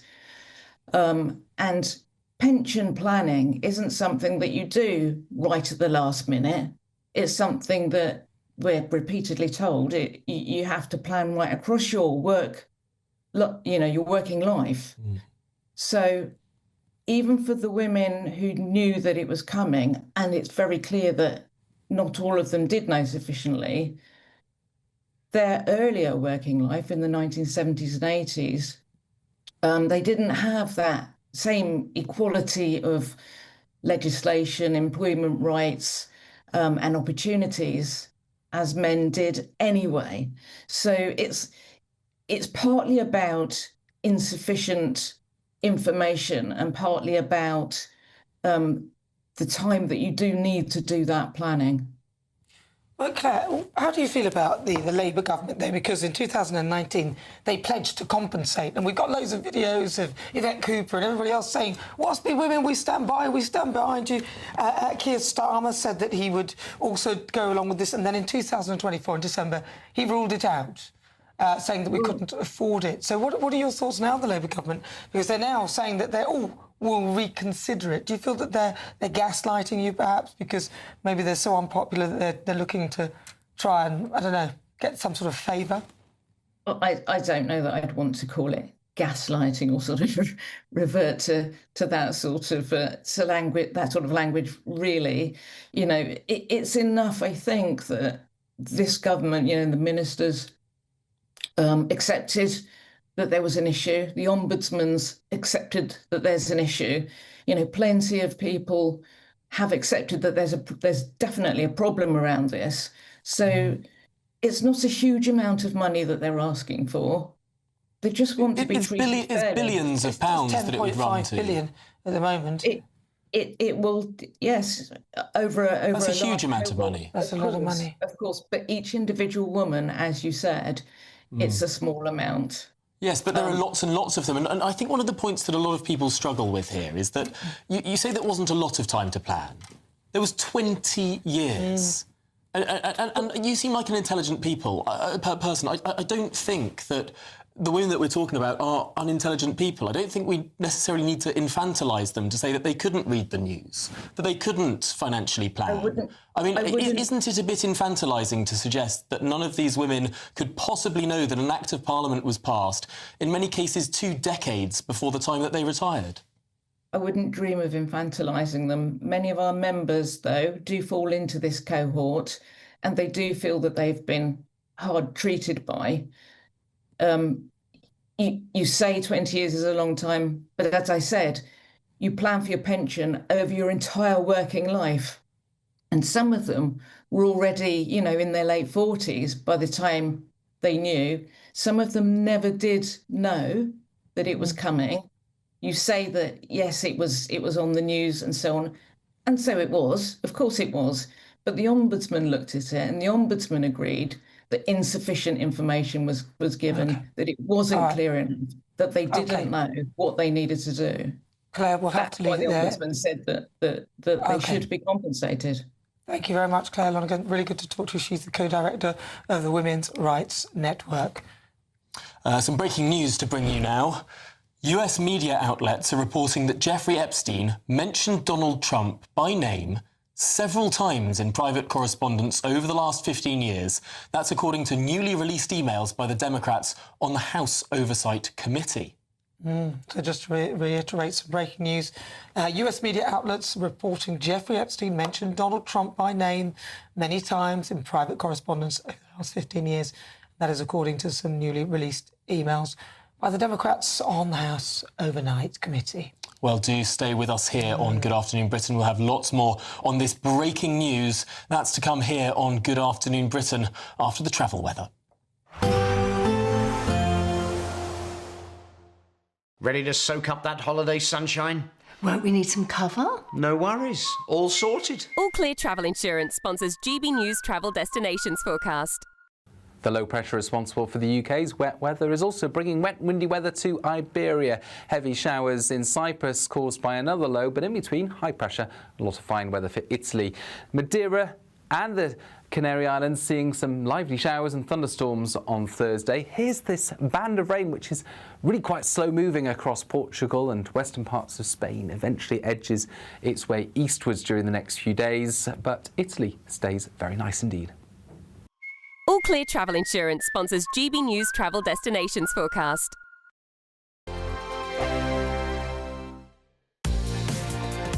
Mornings don't have to be tiresome, especially if you have the right company. Wake up to news as it happens, opinion and debate, and of course, a little bit of entertainment too. Because when the kettle's on, we're on. That's Breakfast on GB News, a show worth waking up for. Every morning from 6 a.m. Only on the People's Channel, Britain's news channel. We'll spread the news, you spread the word. Britain was once the envy of the world. But look around. A nation that no longer knows what it is or where it's going. A country that's broken. How do we fix Britain? How do we bring it back? Friday night with Matt Goodwin at 8 p.m, only on GB News. Decisions made in Washington aren't just shaping America, they're shaping Britain too. From migration to global security, from crime to health. Whatever happens in the White House today will be felt in your town or city tomorrow. That's why The Late Show is live from Washington, D.C. Cutting through the politics to show you what it all means for Britain. The Late Show live every night at midnight. Only on GB News, Britain's news channel. No matter the state it's in, this is our nation. Join me, Jacob Rees-Mogg, for a genuine, honest discussion on where we have been, where we are going, and where we are with the people who set the direction. Tune in to State of the Nation every Monday to Thursday, 8 to 9 o'clock. Only on GB News. Exciting news. Every Friday, my Patrick Christie's Tonight Show is going to have a twist to it. We're welcoming some special guests. You. That's right, on Fridays I'm going to be doing my show in front of a live studio audience because this show is about you and what you have to say. It's going to be the same big debates, same big topics, same big opinions. But every Friday night at 9 p.m, you are invited to come on down to Patrick Christie's Tonight to be a part of the action. Only on GB News, the People's Channel, Britain's news channel. At GB News, we love to hear from you, our loyal community. So drop us a line at gbnews.com/yoursay. There you can talk to each other and also to the presenters live on air. gbnews.com/yoursay, because GB News is your channel, Britain's news channel. Hi, I'm Michelle Dewberry, and my show is your opportunity to cut through all the noise and dive in headfirst to some robust debates. Ideas clash. Situation, no, isn't it? No, because the failure is you're deliberately avoiding my point. Nothing's held back. And if you think this is the end of it, wait for more. And we do not shy away from the difficult stuff. Sometimes I want to shake people and say, if only you understood. So join me on Jubes & Co. weeknights at 6 p.m, only on GB News, Britain's news channel.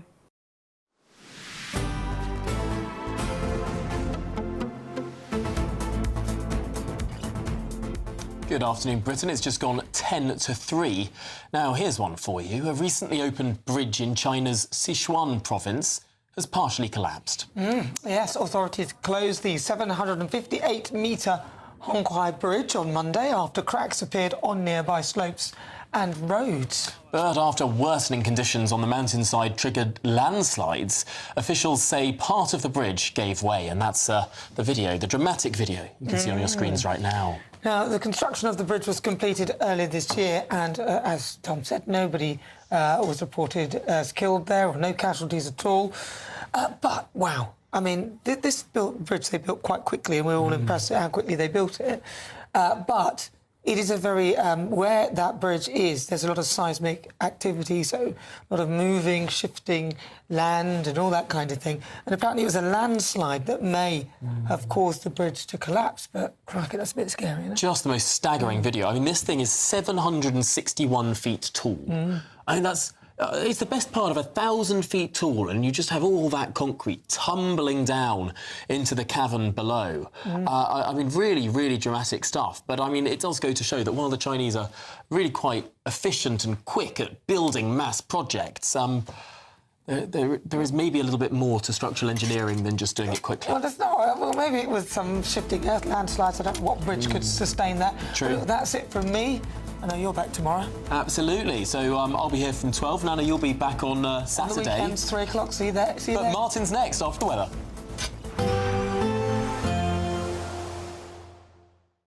Today, clouds overhead. Total zen within. Boxed Solar sponsors the weather on GB News. Hello, welcome to your latest GB News weather update brought to you from the Met Office. Further rain to come for many areas through the next few days. Today, though, it's across western areas of Wales, southwestern England, where we'll see the heaviest rain. For many of us, a cloudy and fairly breezy day to come. We've got a weather front just moving away from Scotland, a northerly wind coming in here, and a weather front across the southwest. That's bringing some heavy rain to parts of Wales, southwestern England through today. That's where we have rain and wind warnings in force through a lot of today. That rain's going to gradually move its way northwards, but before it does, there will be some dry and fine weather across a slice of parts of Northern Ireland, Northern England, southern areas of Scotland as well. But we do have a cold northerly wind coming into parts of Northern Ireland and much of Scotland, so it will feel much chillier here. Fairly pleasant, though, in the sunshine.